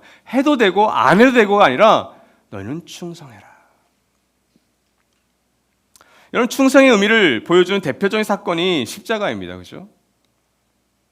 예수께서는 당신의 죽음 순간에서도 신실하셨습니다. 그래서 당신이 마셔야 될 그 잔을 잔 앞에서 충성하시잖아요. 여러분 요한계시록은 구약에 있는 여러 메타포들을 다 인용하거나 그것들을 끌어다가 썼습니다. 그냥 사도 요한이 환상을 이렇게 보다가 그렇게 한 게 아니라 사도 요한은 구약을 잘 알고 있었던 사람이에요. 하나님 또 말씀으로 예수께서 설명을 많이 해주셨잖아요. 그래서 구약에 있는 여러 메타포들을 가지고 있었습니다. 이 열이라는 단어는 학자들의 의견이 분분하지만 대부분의 학자들은 다니엘이 보여준 그 열흘과 비슷하겠다 이렇게 해석해요. 다니엘서 1장 12절 13절 보시면 이 열흘 동안이라는 단어가 나오죠. 부디 이 종들을 열흘 동안만 시험하여 보시기 바랍니다. 우리에게 채소를 주어 먹게 하고 물을 주어 마시게 하여 보시기 바랍니다. 그런 다음에 우리의 얼굴빛과 왕이 내린 음식을 먹는 젊은이들의 얼굴빛을 비교하여 보시고 이 종들의 요청을 처리하여 주시기 바랍니다. 왕의 산의 진미를 거절하는 거죠. 우상에게 드려진 그 음식 나 거절한다. 그리고 이 환관장에게 우리를 물과 채소를 주어서 먹게 해서 그 왕의 산의 진미를 먹은 자들의 얼굴빛과 안색과 물과 채소만 먹은 우리의 안색을 열흘 동안 지나서 비교해봐라 라고 얘기하는 겁니다. 이건 비건 라이프를 살아라고 얘기한 거 아니에요. 그래서 베지테리언이 되자 전혀 아닙니다. 이 말씀을 보고 얼굴빛이 좋구나, 그래서 채식해야 돼, 뭐 그럴 수도 있다고 봐요. 그렇다고 고기 먹는 사람들이 이렇게 정죄할 필요는 없습니다. 근데 이건 더 중요한 말씀이 여기에 있는 거죠. 그건 그 부스러기 같은 말씀이고, 비건 삶은 요새 얘기한 게 뭐예요? 제국에서 제공하는 것들을 거절한 겁니다. 제국에서 제공하는 호의와 제국에서 제공하는 것들 내가 거부합니다. 최소한 일용할 양식으로 내가 열흘 동안 한번 살아보겠습니다. 누구에게 충성하느냐를 삶으로 보여주는 겁니다. 여러분 우리에게도 이런 모습이 있어야 되지 않을까요? 죽도록 충성하라는 건 죽어라 이렇게 얘기하는 게 아니에요. 죽도록 충성하라는 것은 그 충성의 대상이 너희가 무엇인지를 나에게 보여다오예요. 우리에게 이게 있어야 되는 거죠. 제가 내 자녀를 붙들고 10년 동안 한번 살아보겠습니다. 제국이 주는 음식과 제국이 주는 호의를 내가 거절해보고 한번 10년 동안 살아보겠습니다. 그 10년이 지난 뒤에 우리 아이들의 얼굴빛을 한번 비교해봅시다. 이렇게 얘기하는 거죠. 이 자본주의 사회가 가져다주는 수많은 반짝거리는 것들이 있지 않아요? 네, 그런 것들을 거절해 보겠습니다. 그 10년 후에 우리의 가정을, 나의 일터를 한번 얼굴빛을 한번 비교해 봅시다 라고 얘기하는 것이 이겁니다. 이게 해결책이었어요. 두려움 상하 속에서. 오늘날 이 깨어진 세상에서 두렵지 않고 살아간다는 건 불가능합니다. 저에게도 두려움이 있고 여러분에게 다 두려움이 있잖아요. 그렇죠? 근데 이렇게 죽도록 충성해봐라. 멈추신 분들 있죠? 충성 안 하신 거예요. 아직 안 죽어보신 거예요. 충성은 죽도록입니다. 지금까지 자기가 충성했다고요? 지금 충성 안 하고 있잖아요. 마지막 세 번째 약속입니다. 10절 후반절에서 11절은 사실 같은 말씀이에요. 근데 하나는 긍정적인 걸로, 하나는 부정적인 걸로 얘기하고 있습니다. 뭐예요? 긍정적인 건 생명의 면류관을 너희가 받을 것이다. 당시 에베소도 그렇고 서머나도 그렇고 로마가 세워진 그 대도시마다 원형 경기장 혹은 뭐 반영 경기장 이런 것들이 다 있었잖아요. 그 경기장에서 월계관을 받는 것, 그리고 전쟁에서 승리해서 들어올 때 그 면류관을 주는 것, 월계관을 주는 것, 너무나도 익숙한 이미지였어요. 근데 너에게 생명의 월계관, 생명의 관을 너에게 주겠다. 두 번째는 부정적인 거죠. 둘째 사망의 해를 받지 않게 하겠다. 이 둘째 사망이라는 것은 요한계시록에 곧잘 등장합니다. 계시록 20장 6절과 14절, 그리고 21장 8절. 제가 두 개의 구절을 써드렸죠. 이 첫째 부활에 참여하는 사람은 복이 있고 거룩합니다. 이 사람들에게는 둘째 사망이 아무런 세력도 부리지 못합니다. 첫째 부활에 참여하는 사람은 복이 있고 거룩합니다. 그것이 개인적인 종말이든 예수께서 오셔서든 종말이든 결국 마지막엔 예수께서 다시 오셨을 때 우리가 부활의 몸을 입잖아요. 그 첫째 부활에 속한 자들은 둘째 사망을 당하지 않습니다. 육신의 첫째 사망이 있는가 하면 영원한 둘째 사망이 있다는 걸 얘기하고 있는 겁니다. 21장 8절도 마찬가지죠. 이 둘째 사망에 해당되는 사람들입니다. 비겁한 자들, 신실하지 못한 자들. 신실하를 아까 못했다고 그랬죠? 충성으로 바꿀 수 있다잖아요. 충성하지 않는 자들, 가증한 자들, 살인한 자들, 음행하는 자들, 마술쟁이들, 우상숭배자들, 모든 거짓말쟁이들이 차지할 몫은 불과 유황이 타오르는 바다뿐이다. 이것이 둘째 사망이다. 계시록에서는 바다는 항상 그 지옥의 권세가 자리 잡고 있는 땅입니다. 계시록의 메타포예요. 바다가 그것을 상징해요. 그래서 용도 바다에서 나오죠. 이 바다를 둘째 사망이라고 표현하고 있는 겁니다. 그러니까 이런 생명의 멸망을 받는 것과 둘째 사망을 받지 않을 것은 같은 걸 얘기하고 있는 거죠. 이게 약속이었습니다. 서머나 교회는 환난과 고난이 있었습니다. 그렇죠? 자칫하면 투옥되어서 죽음으로까지 갑니다. 156년경에는 폴리캅 주교, 가장 높았던 그 사람이 죽임을 당합니다. 화형당해서 죽습니다. 그에 대한 일화가 많이 전해져 내려오고 있습니다. 그런데 그는 둘째 사망의 해를 받지 않습니다. 그는 생명의 멸류관을 받을 것이다. 여러분 상상해 가세요. 우리가 로마 영화나 이런 것들 보시면 아시겠지만 그 전쟁에서 승리했던 그 집정관이라고 그러죠. 그 집정관들이 흰 백마를 타고 등장할 때 꽃가루를 뿌리고 그리고 황제가 멸류관을 공화원에서 붙여주던 다 씌워줍니다. 그 모습이에요. 사도행전의 스데반 집사님의 순교 장면이나 여러 장면에서 이런 모습들을 우리가 유추할 수 있습니다. 스데반 집사님이 끔찍한 고통 가운데 순교당하셨나요? 예, 육신적인 고통 분명히 있었습니다. 사도행전이 기록하는 그 스데반의 순교 장면이 어떻습니까? 영광스럽습니다. 여러분 별로 걱정하지 마셔도 돼요. 그렇죠? 순교할 사람을 하나님께서 순교할 만한 기쁨과 감사함을 주세요. 깜냥이 안 되면 안 주십니다.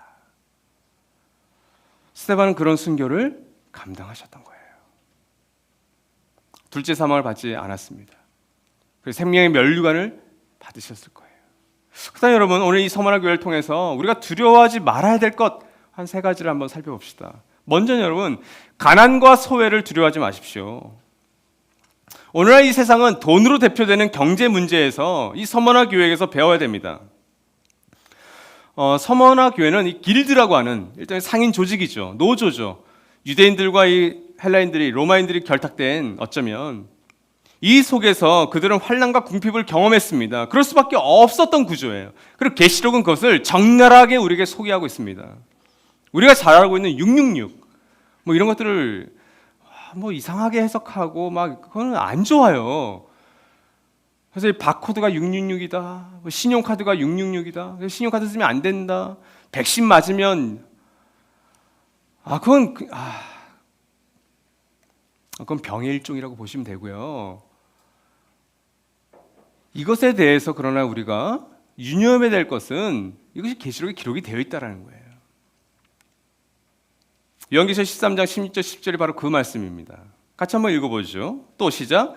또 작은 자나 큰 자나 부자나 가난한 자나 자유인이나 종이나 할 것 없이 다 그들의 오른손이나 이마에 표를 받게 하였습니다. 누구든지 이 표를 가진 사람 곧 그 짐승의 이름이나 그 이름을 나타내는 숫자로 표가 찍힌 사람이 아니면 아무도 팔거나 사거나 할 수 없게 하였습니다.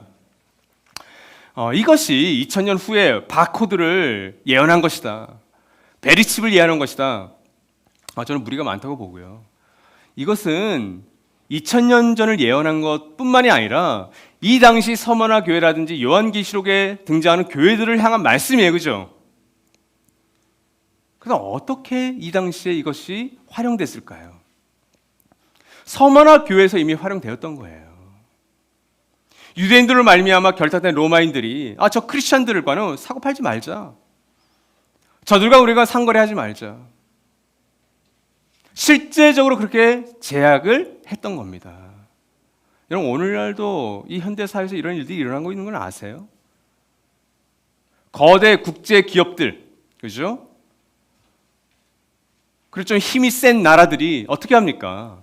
북한을 향해서 어떤 또 이런 자기 말 듣지 않는 나라들, 그렇죠? 세계 평화를 좀 깨려고 하는 나라들, 자기 기분 나쁜 나라들 다 제약을 걸어버립니다. 통상을 못하게 만들어요. 미국과 중국의 지금 싸움이 그거 아닙니까? 우리가 지금 중국 약간 편을 들어야 되는 건지 아니면 미국 편을 계속 들어야 되는 건지 그 고민들을 우리나라만이 아니라 세계 전역이 하고 있다고요. 전통적인 서방 우방 국가들은 미국과 하나가 되고 중국과 러시아와 그 여러 또 조무래기들은 또 함께 해야 되고, 한국은 그것에 어떤 외교를 할 것인가 신기하지 않습니까? 조선시대와 전혀 다를 바가 없어요. 명나라의 그 죽어가는 걸 붙들 거냐, 아니 신흥세력인 청나라를 붙들 거냐, 그 싸움에서 나라가 황폐했던 경험이 우리에게 있지 않습니까? 바로 그 싸움이에요. 그러니까 여러분, 계시록의 말씀은 정말 그 어렵고 그런 말씀이 아니라 실제적인 말씀입니다. 이것이 가난을 가져왔어요. 서머나 교인들에게. 소외는 비방을 통해서 찾아왔습니다. 비방은 인격적인 또 관계적인 소외를 초래합니다. 그죠? 아까 말씀드렸잖아요. 예수도 유대인이에요. 요한도 유대인입니다. 서머나 교회는 유대인의 회당과 그렇게 크게 다른 점이 없어요. 다 유대인들로 구성되어 있고 같은 하나님을 믿었단 말이죠. 그런데 이런 유대인들은 이 크리스천 그룹을 비방했습니다. 그 유대인들과 크리스천들의 간극이 계속해서 벌어지고 있던 거죠. 그럴 때 이 요한이 받았을 상처, 바울은 이 당시엔 생존하진 않았습니다. 여러분, 로마서 9장, 10장, 11장을 읽어보십시오. 바울이 뭐라고 얘기하죠? 내가 저 생명책에서 내 이름이 지워질지언정 나는 이 동족인 유대인들을 위해서 난 내 생명도 아깝지 않다. 난 이들이 예수 그리스도를 정말 믿었으면 좋겠다. 이렇게 얘기하잖아요. 배신이죠. 그런 자들을 향한 배신이죠. 자, 우리에게 적용해 봅시다. 여러분, 우리가 왜 두려워할 필요가 없습니까? 예수께서 우리를 보시기 때문에 그래요. 너는 가난하고 너는 소외된 것 같지만, 넌 비방당하는 것 같지만 넌 가난하지 않아. 넌 진짜 부자야. 세상 방식대로 기우고 교육시키고 세상 방식대로 아이들에게 재산 물려주고 그런 사람들 부자 같지, 그 사람 잘 사는 것 같지? 아니야. 내 기준에서 잘 사는 건 달라. 너 잘 살고 있어 라고 얘기하는 거예요.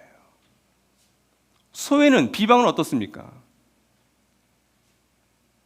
같은 크리스천에게, 같은 사람들에게 너 비방당하고 있구나, 너 원망받고 있구나, 근데 너가 오라 라고 얘기해 주시는 거예요. 대한민국의 교회들과 여러분 북한의 지하교회들 한번 비교해 봅시다. 대한민국의 교회들과 목회자들이 착각하는 게 있습니다. 뭘까요? 예수님의 진단과 책망을 착하고 있어요. 대한민국의 교회들과 목회자들이 이런 얘기를 합니다. 통일이 되면 우리 한국교회가 확 들어가서, 신천지가 들어가면 안 돼, 통일교가 들어가면 안 돼, 한국교회에 들어가서 저들은 물량주의로 북한 주민들을 현혹시킬 거야. 그러니까 우리가 깨어서 신학생들을 배출해서 그리고 교회에 세워야 돼. 여러분, 제가 북한 성도라면 그런 한국교회 별로 신뢰하지 않을 것 같아요. 제가 볼 때, 주님이 보실 때 대한민국의 교회와 북한의 지혜교회가 있다고 할 때 어떤 교회를 주님께서는 진짜 교회라고 인정하고 계실까요?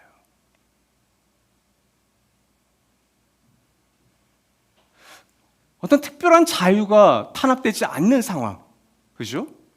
예배 드리는 게 별로 어렵지 않은 상황, 그리고 가진 것이 라오디게아처럼 많아 보이는 한국 교회와 예배를 드리는 것 자체는 생명을 건 북한 지하 교회가 있다면 서문화 교회는 어디랑 더 가까울까요?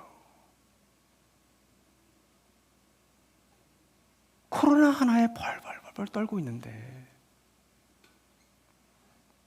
돈 하나에 벌벌벌 떨고 있는데 그 북한 교회를 대한민국 교회가 섬길 수 있다고요? 착각입니다. 반대가 돼야 되죠. 이 썩어져가고 이 무능력해져가고 있는 한국 교회를 향해서 북한의 지하 교회 성도들이 기어 나와서 대한민국 교회를 살리셔야죠. 저는 그게 예수의 진단 같아요. 저도 자신이 없어요. 제가 평야에 가서 그들에게 복음을 전한다고요? 그건 저의 오만일 겁니다. 지금도 있다니까요, 북한에. 주체 108년, 109년 된 이 주체 사상이 지배하고 있는 그 어두운 땅에서 말씀을 외우고 예배를 드리고 있다니까요, 여러분. 두려워하지 말라고 하십니다. 가난 두려워하지 마. 소외되는 것, 무시당한 것 두려워하지 마. 너희가 부자야? 너희가 오라. 두 번째는 고난입니다. 10절에서 장차 우리가 받을 고난, 그죠? 근데 여러분, 장차 받을 고난은 많아요. 그죠? 여기 결혼하신 분이 계시다면 여러분의 배우자는 언젠가 여러분이 죽거나 여러분이 먼저 떠나보내거나, 그렇죠?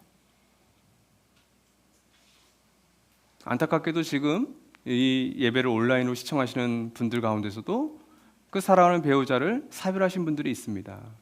그분들 뭐라고 부르는지 아세요, 여러분? 잘 모르시겠죠? 우리 엄마, 우리 아빠 먼저 보내셨는데 뭐라고 그러지? 남은 배우자는? 사별자라고 부릅니다. 사별자 혹은 비사별자라고 불러요. 그 사별자들의 카페가 있는 건 아십니까? 그 사별당하시는 분의 그 마음은 사실 누구도 이해하거나 공감하지 못합니다. 그건 여러분이 당해봐야 알아요, 나중에. 우리 엄마, 우리 아빠 마음이 이랬구나. 이미 그런 고난의 시간을 지나간 분들이 계세요, 그렇죠? 앞으로 다 당하실 거예요. 그리고 이미 과거에 현재 진행형으로 그 고난을 경험하고 있는 분들이 여러분 있을 겁니다. 근데 여러분, 그 고난 자체가 목적이 아니에요. 그건 눈에 보이는 고난이잖아요. 10절 말씀처럼 너희를 시험하려고 악마가 넘어뜨리려고 그런 눈에 보이는 아픔들, 그것들을 준다, 이렇게 얘기하고 있는 겁니다. 뭐예요? 고난이라는 이름의 시험은 우리를 넘어뜨리게 하는 게 목적이에요. 그러니까 우리가 충성되게 걸어가는 것을 멈추게 합니다. 역사적으로 이 10절 말씀은 성취가 되었죠. 밤모섬에 갇혔던 사도 요한도 나중에 나오지만 나중에 사도 요한도 순교합니다. 예수님의 제자들 다 순교했습니다. 다 성취가 됐어요. 1세기 말 요한이 살았던 이 당시에도 이루어졌지만 2세기 중엽 폴리캅 시대에도 그것은 그대로 이루어졌습니다. 한국은 어떤가요? 근현대사를 지나면서 개신교도 역시 순교의 역사가 있습니다. 개신교의 역사는 1884년 아펜젤러 언더우드가 들어왔을 때부터죠. 근데 여러분, 그 이전에 이미 84년 전에 천주교는 먼저 들어왔습니다. 그러니까 일본에선 천주교가 엄청 핍박당했죠. 한국도 마찬가지였어요, 조선도.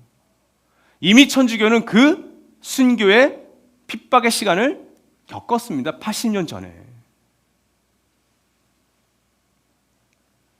20세기 중엽 독일에서도 그랬습니다. 보네퍼가 히틀러에게 저항해서 그런 고난을 당했습니다. 그 보네퍼 목사님이 고난에 대해서 이렇게 얘기했어요. 제가 강의 안에 써드렸죠. 우리 같이 한번 읽어볼까요? 시작. 고난은 참된 그리스도인이 달 수 있는 배지다. 루터는 고난을 참된 교회의 표지로 보았다. 제자도란 고난받으시는 그리스도께 충성한다는 뜻이다. 따라서 그리스도인들이 고난으로 부름받는 것은 전혀 놀랄 일이 못 된다. 보네퍼의 나를 따르라고 하는 그 제조된 유명한 책에 나와 있는 글입니다. 지금은 어떻습니까? 여러분, 우리의 고난이 끝났나요? 아닙니다. 지금 우리가 여러분이 겪고 있는 제가 겪고 있는 고난은 더 복잡해졌어요. 눈에 보이는 투옥, 감옥 가는 거 대한민국에서 일어날 확률이 거의 없습니다. 그러나 여러분 우리가 겪는 고난은 온갖 종류의 시험이에요. 더 복잡해졌어요. 그죠? 눈에 보이지 않는 싸움이 있습니다. 이 환난과 궁핍 같은 눈에 보이는 것과 그리스도의 몸인 교회에 어울리지 않는 생각과 행동이 바로 고난이에요.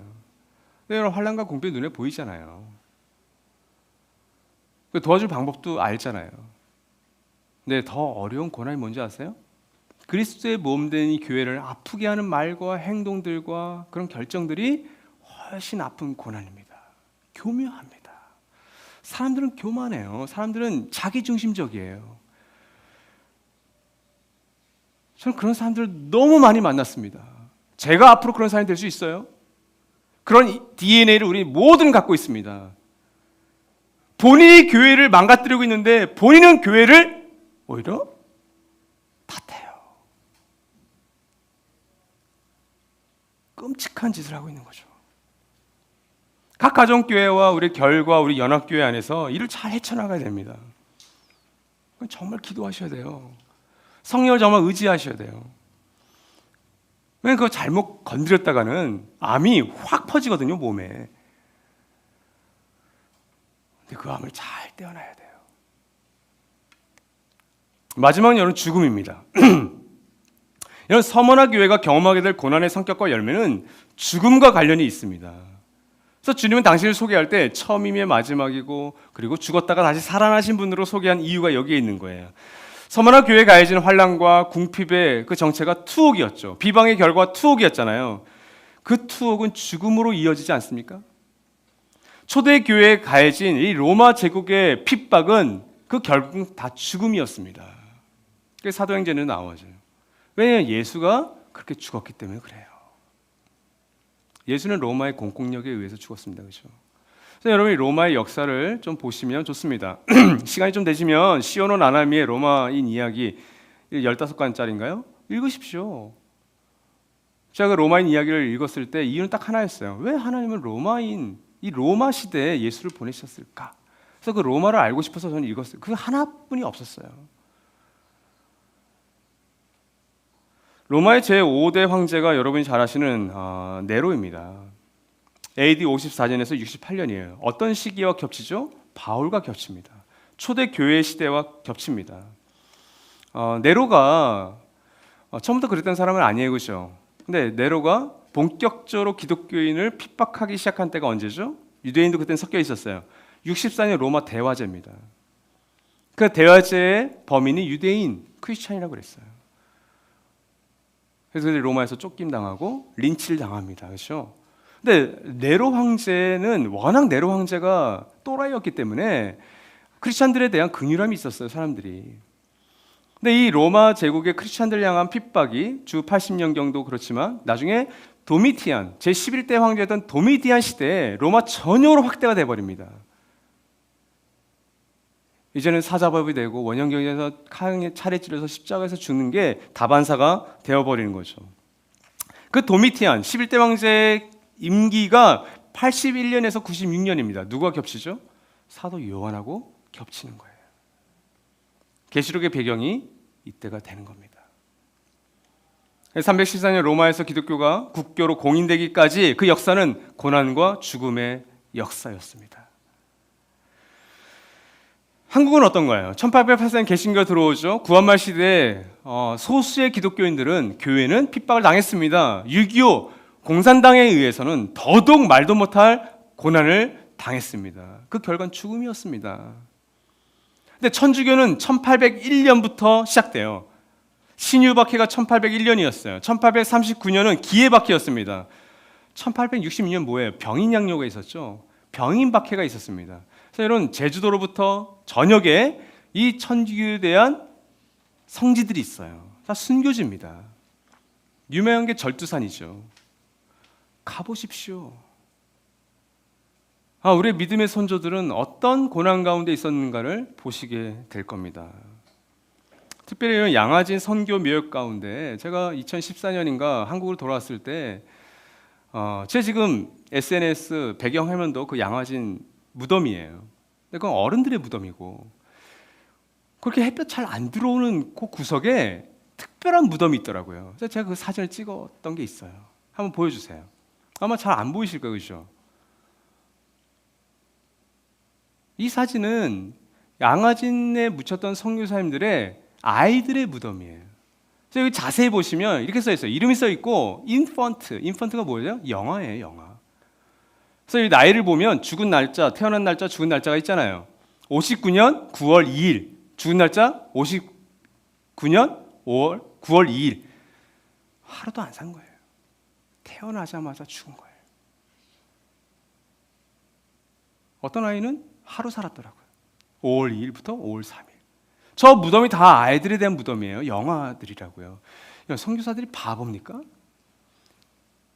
그 당시 미국은 세계 유일의 강대국으로 소련과 함께 가던 나라예요. 그 나라에서 여러분 이 한국으로 와서 자기들 아이들이 죽어간 겁니다. 풍토병으로. 그게 그들이 당했던 고난이에요. 그들이 죽음을 두려워했다면 오지도 않았죠. 저 무덤이 우리에게 이야기하고 있는 바가 무엇입니까? 근데 여러분의 감정, 기분, 고작 그거 잠깐 상한 것 때문에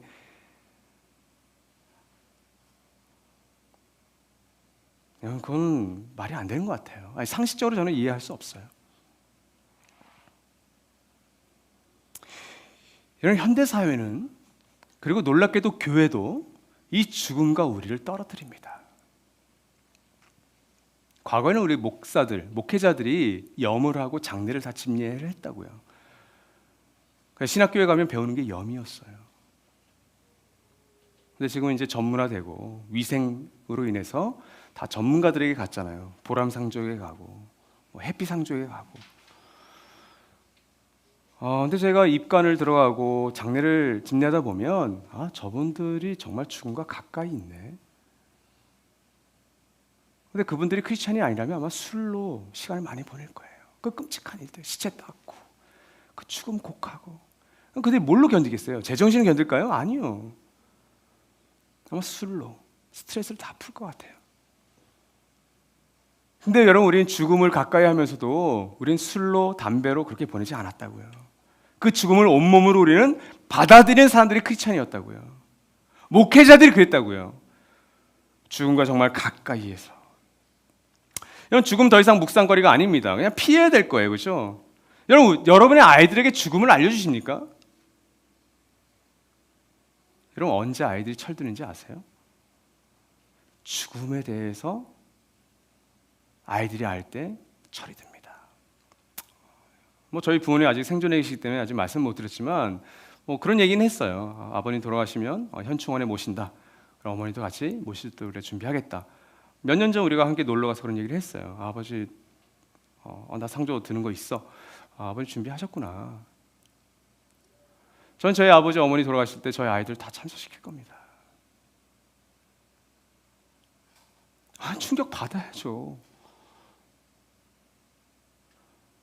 우리 아이들 그렇게 사랑해 주셨던 할아버지 할머니인데 저 좋은 데 가셨어요. 이 말로 끝난다고? 절대. 너희들도 같이 3일 동안 고생해. 그게 죽음을 만나게 하는 겁니다. 바울의 죽음관을 한번 볼까요? 빌립보서 3장 10절과 12절까지의 말씀입니다. 같이 한번 읽죠. 시작. 내가 바라는 것은 그리스도를 알고 그분의 부활의 능력을 깨닫고 그분의 고난에 동참하며 그분의 죽으심을 본받는 것입니다. 그래야 나는 어떻게 해서든지 죽은 사람들 가운데서 살아나는 부활에 이르고 싶습니다. 나는 이것을 이미 얻은 것도 아니며 이미 목표점에 다다른 것도 아닙니다. 그리스도 예수께서 나를 사로잡으셨으므로 나는 그것을 붙들려고 쫓아가고 있습니다. 여러분, 나주목 꿈꾸는 교회에서 누군가 돌아가시면 우리가 꽃바구니 보냅니다. 헤어짐의 슬픔, 그러나 하늘의 소망, 이게 문구예요. 그 문구는 사실은 엄청난 걸 담고 있는 거죠. 헤어짐의 슬픔, 그걸 누가 측량합니까? 누구의 위로도 되지 않아요. 함부로 위로하지 마세요. 좋은 데 가셨을 거예요? 놀리는 겁니다. 헤어짐의 슬픔 우리가 위로할 수도 없어요. 우린 그 뒤에 걸 믿는 거예요. 그러나 하늘의 소망이 우리에게 있습니다. 바울은 그걸 얘기하고 있는 겁니다. 나는 그분의 부활의 능력을 깨달았기 때문에 그분의 고난에 동참하고 그분의 죽으심을 본받고 있습니다. 나는 살아나는 부활에 이루고 싶습니다. 나 이거 이미 얻은 게 아니에요. 근데 뭐라고 합니까? 마지막에 나는 그것을 붙들려고 쫓아가고 있습니다. 여러분, 소망하는 자들은, 하나님 나라를 기다리는 자들은 그러니까 죽음을 수동적으로 기다리는 게 아니에요. 오히려 그 죽음을 붙들려고 쫓아가고 있습니다. 왜요? 그 죽음의 문을 열어야 소망의 부활의 몸으로 나아가기 때문이에요. 그게 크리스찬입니다. 그게 교회입니다.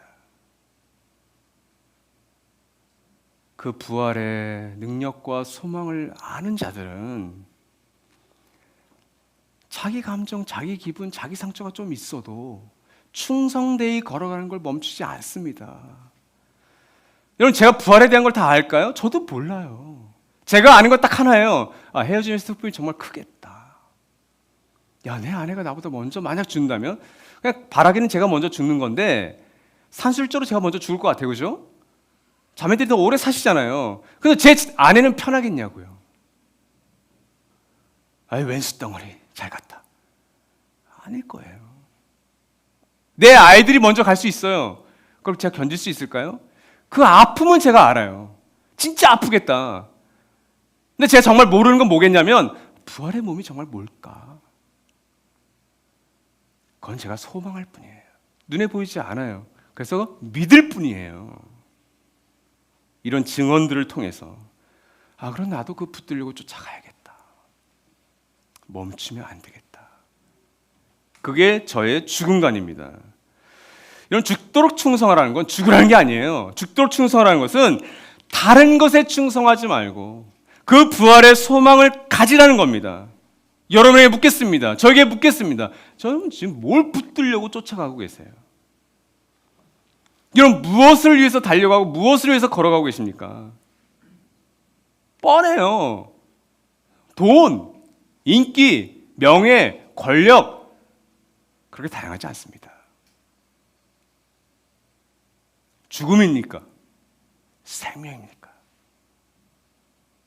생명이 아닌 것은 그 어떤 화려하고 어떤 정당성 있고 어떤 좋은 것을 쫓는다 해도 죽음입니다. 저는 지금 이 시대야말로 부활의 소망이 절실하다고 믿습니다. 아니, 정말 절실합니다. 이건 주님께서 죽어있다라고 하는 교회 밖에 있는 사람이 아니라 교회 안에 있는 우리를 향해서 주님은 말씀하시는 거예요. 교회에 더 절실해요. 우리가 이 부활절을 정말 소망하면서 그 부활의 능력과 소망을 가지고 이 부활절을 지키고 있다면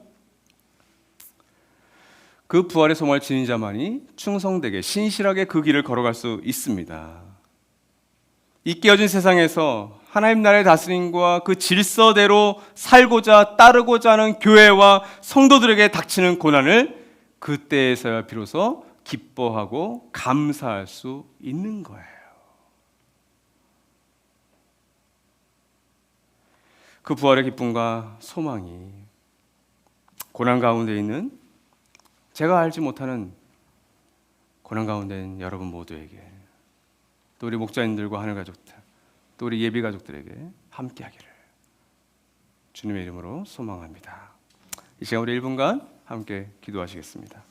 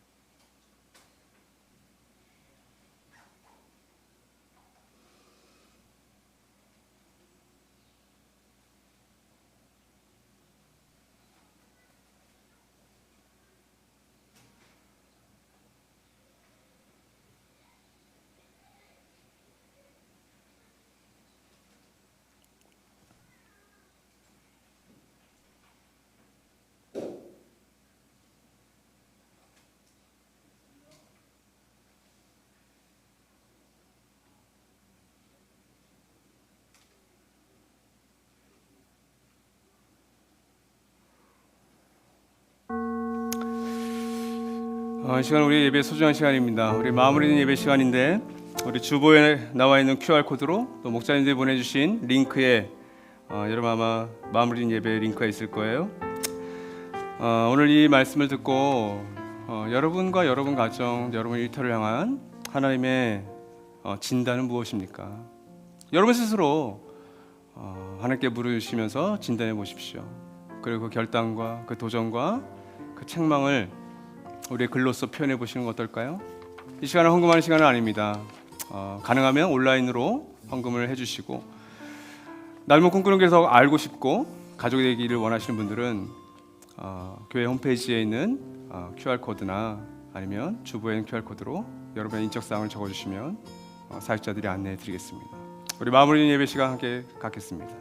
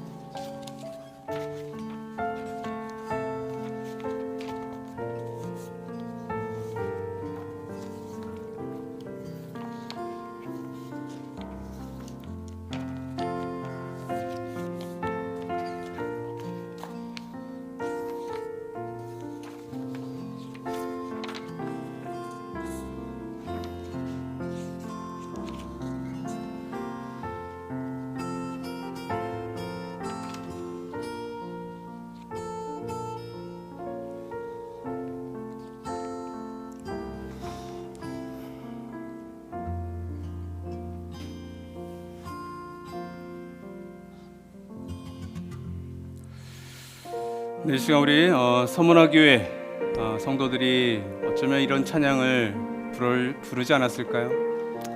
처음이요 마지막이며 죽었다 다시 사신 그 주님을 소망하며 함께 찬양합시다. 주님 다시 오실 때까지 나는 이 길을 가리라.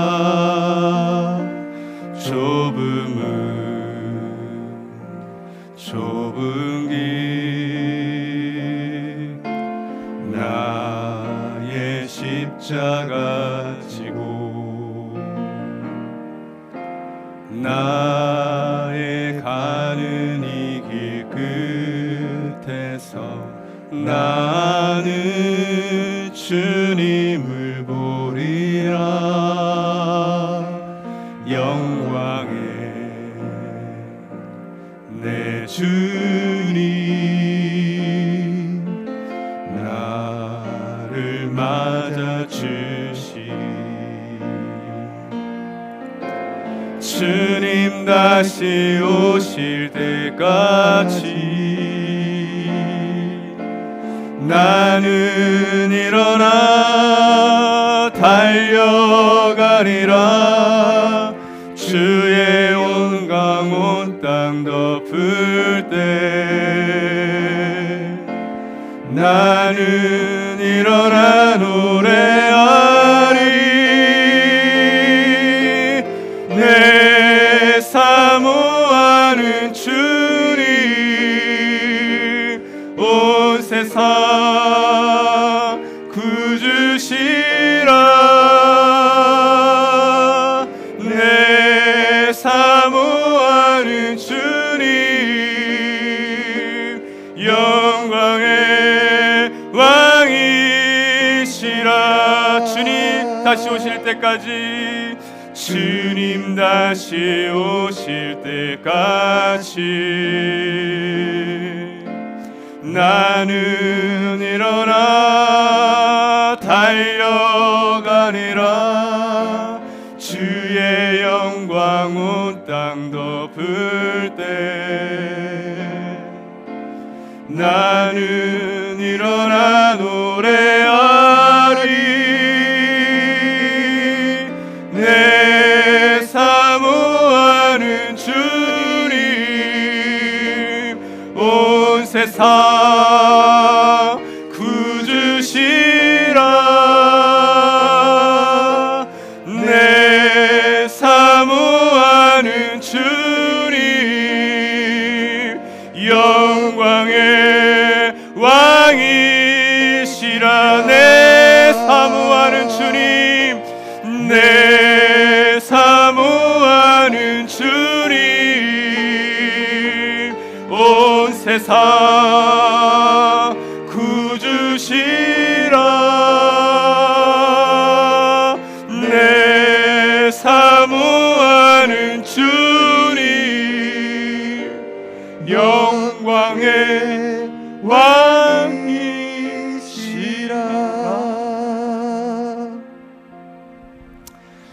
이제 우리 1분간 함께 좀 기도합시다.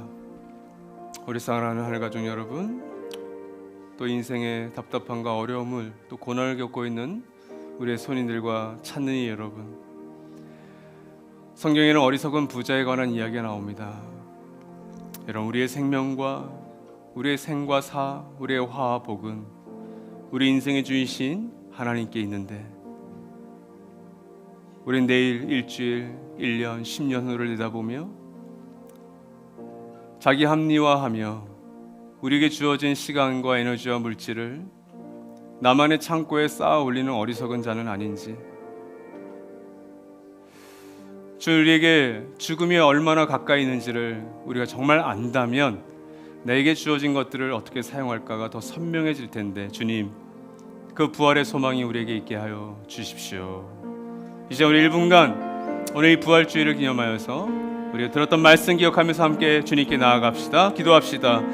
하나님 감사합니다. 주님, 저희 자기 중심성과 저희 한치 앞을 모르는 이 교만함과 어리석음을 주님 불쌍히 여겨 주시옵소서. 그러나 그 부활의 소망을 가지고 살아갔던 믿음의 선배들의 발자취가 너무나도 선명하기에 주님 믿음으로 나아갑니다. 주님 충성을 다하게 하여 주십시오. 죽도록 충성하게 하여 주시옵소서. 그것이 말뿐만이 아니라 저의 삶으로 저의 아내와 저의 아이들과 저를 바라보는 성도들에게 보여지게 하여 주십시오. 주님, 죽음으로써 우리가 어떻게 살아가는가를 증거할 수 있는 제자의 삶을 우리가, 그리고 꿈꾸는 교회가 살게 하여 주시옵소서.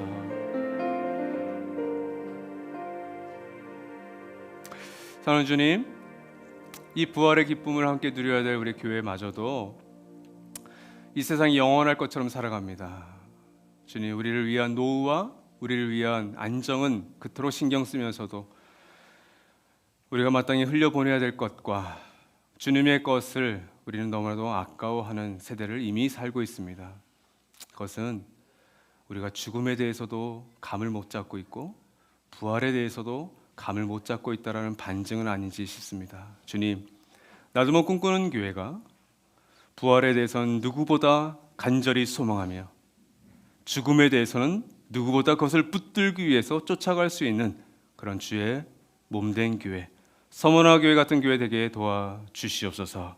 지금은 성부, 성자, 성령 삼위 하나님의 살아하심과 은혜 주심과 사랑하심이 또 함께하심이 오늘 말씀을 듣고 서머나 교회와 같이 환난과 궁핍과 비방의 한복판 속에서도 죽도록 충성하라고 하신 주님의 말씀대로 살아가기를 다짐하는 우리 모든 꿈꾸는 교회와 가정교회와 결과 우리 하늘가족과 찬일을 위해 영원히 함께하시길 간절히 축원하옵나이다. 아멘.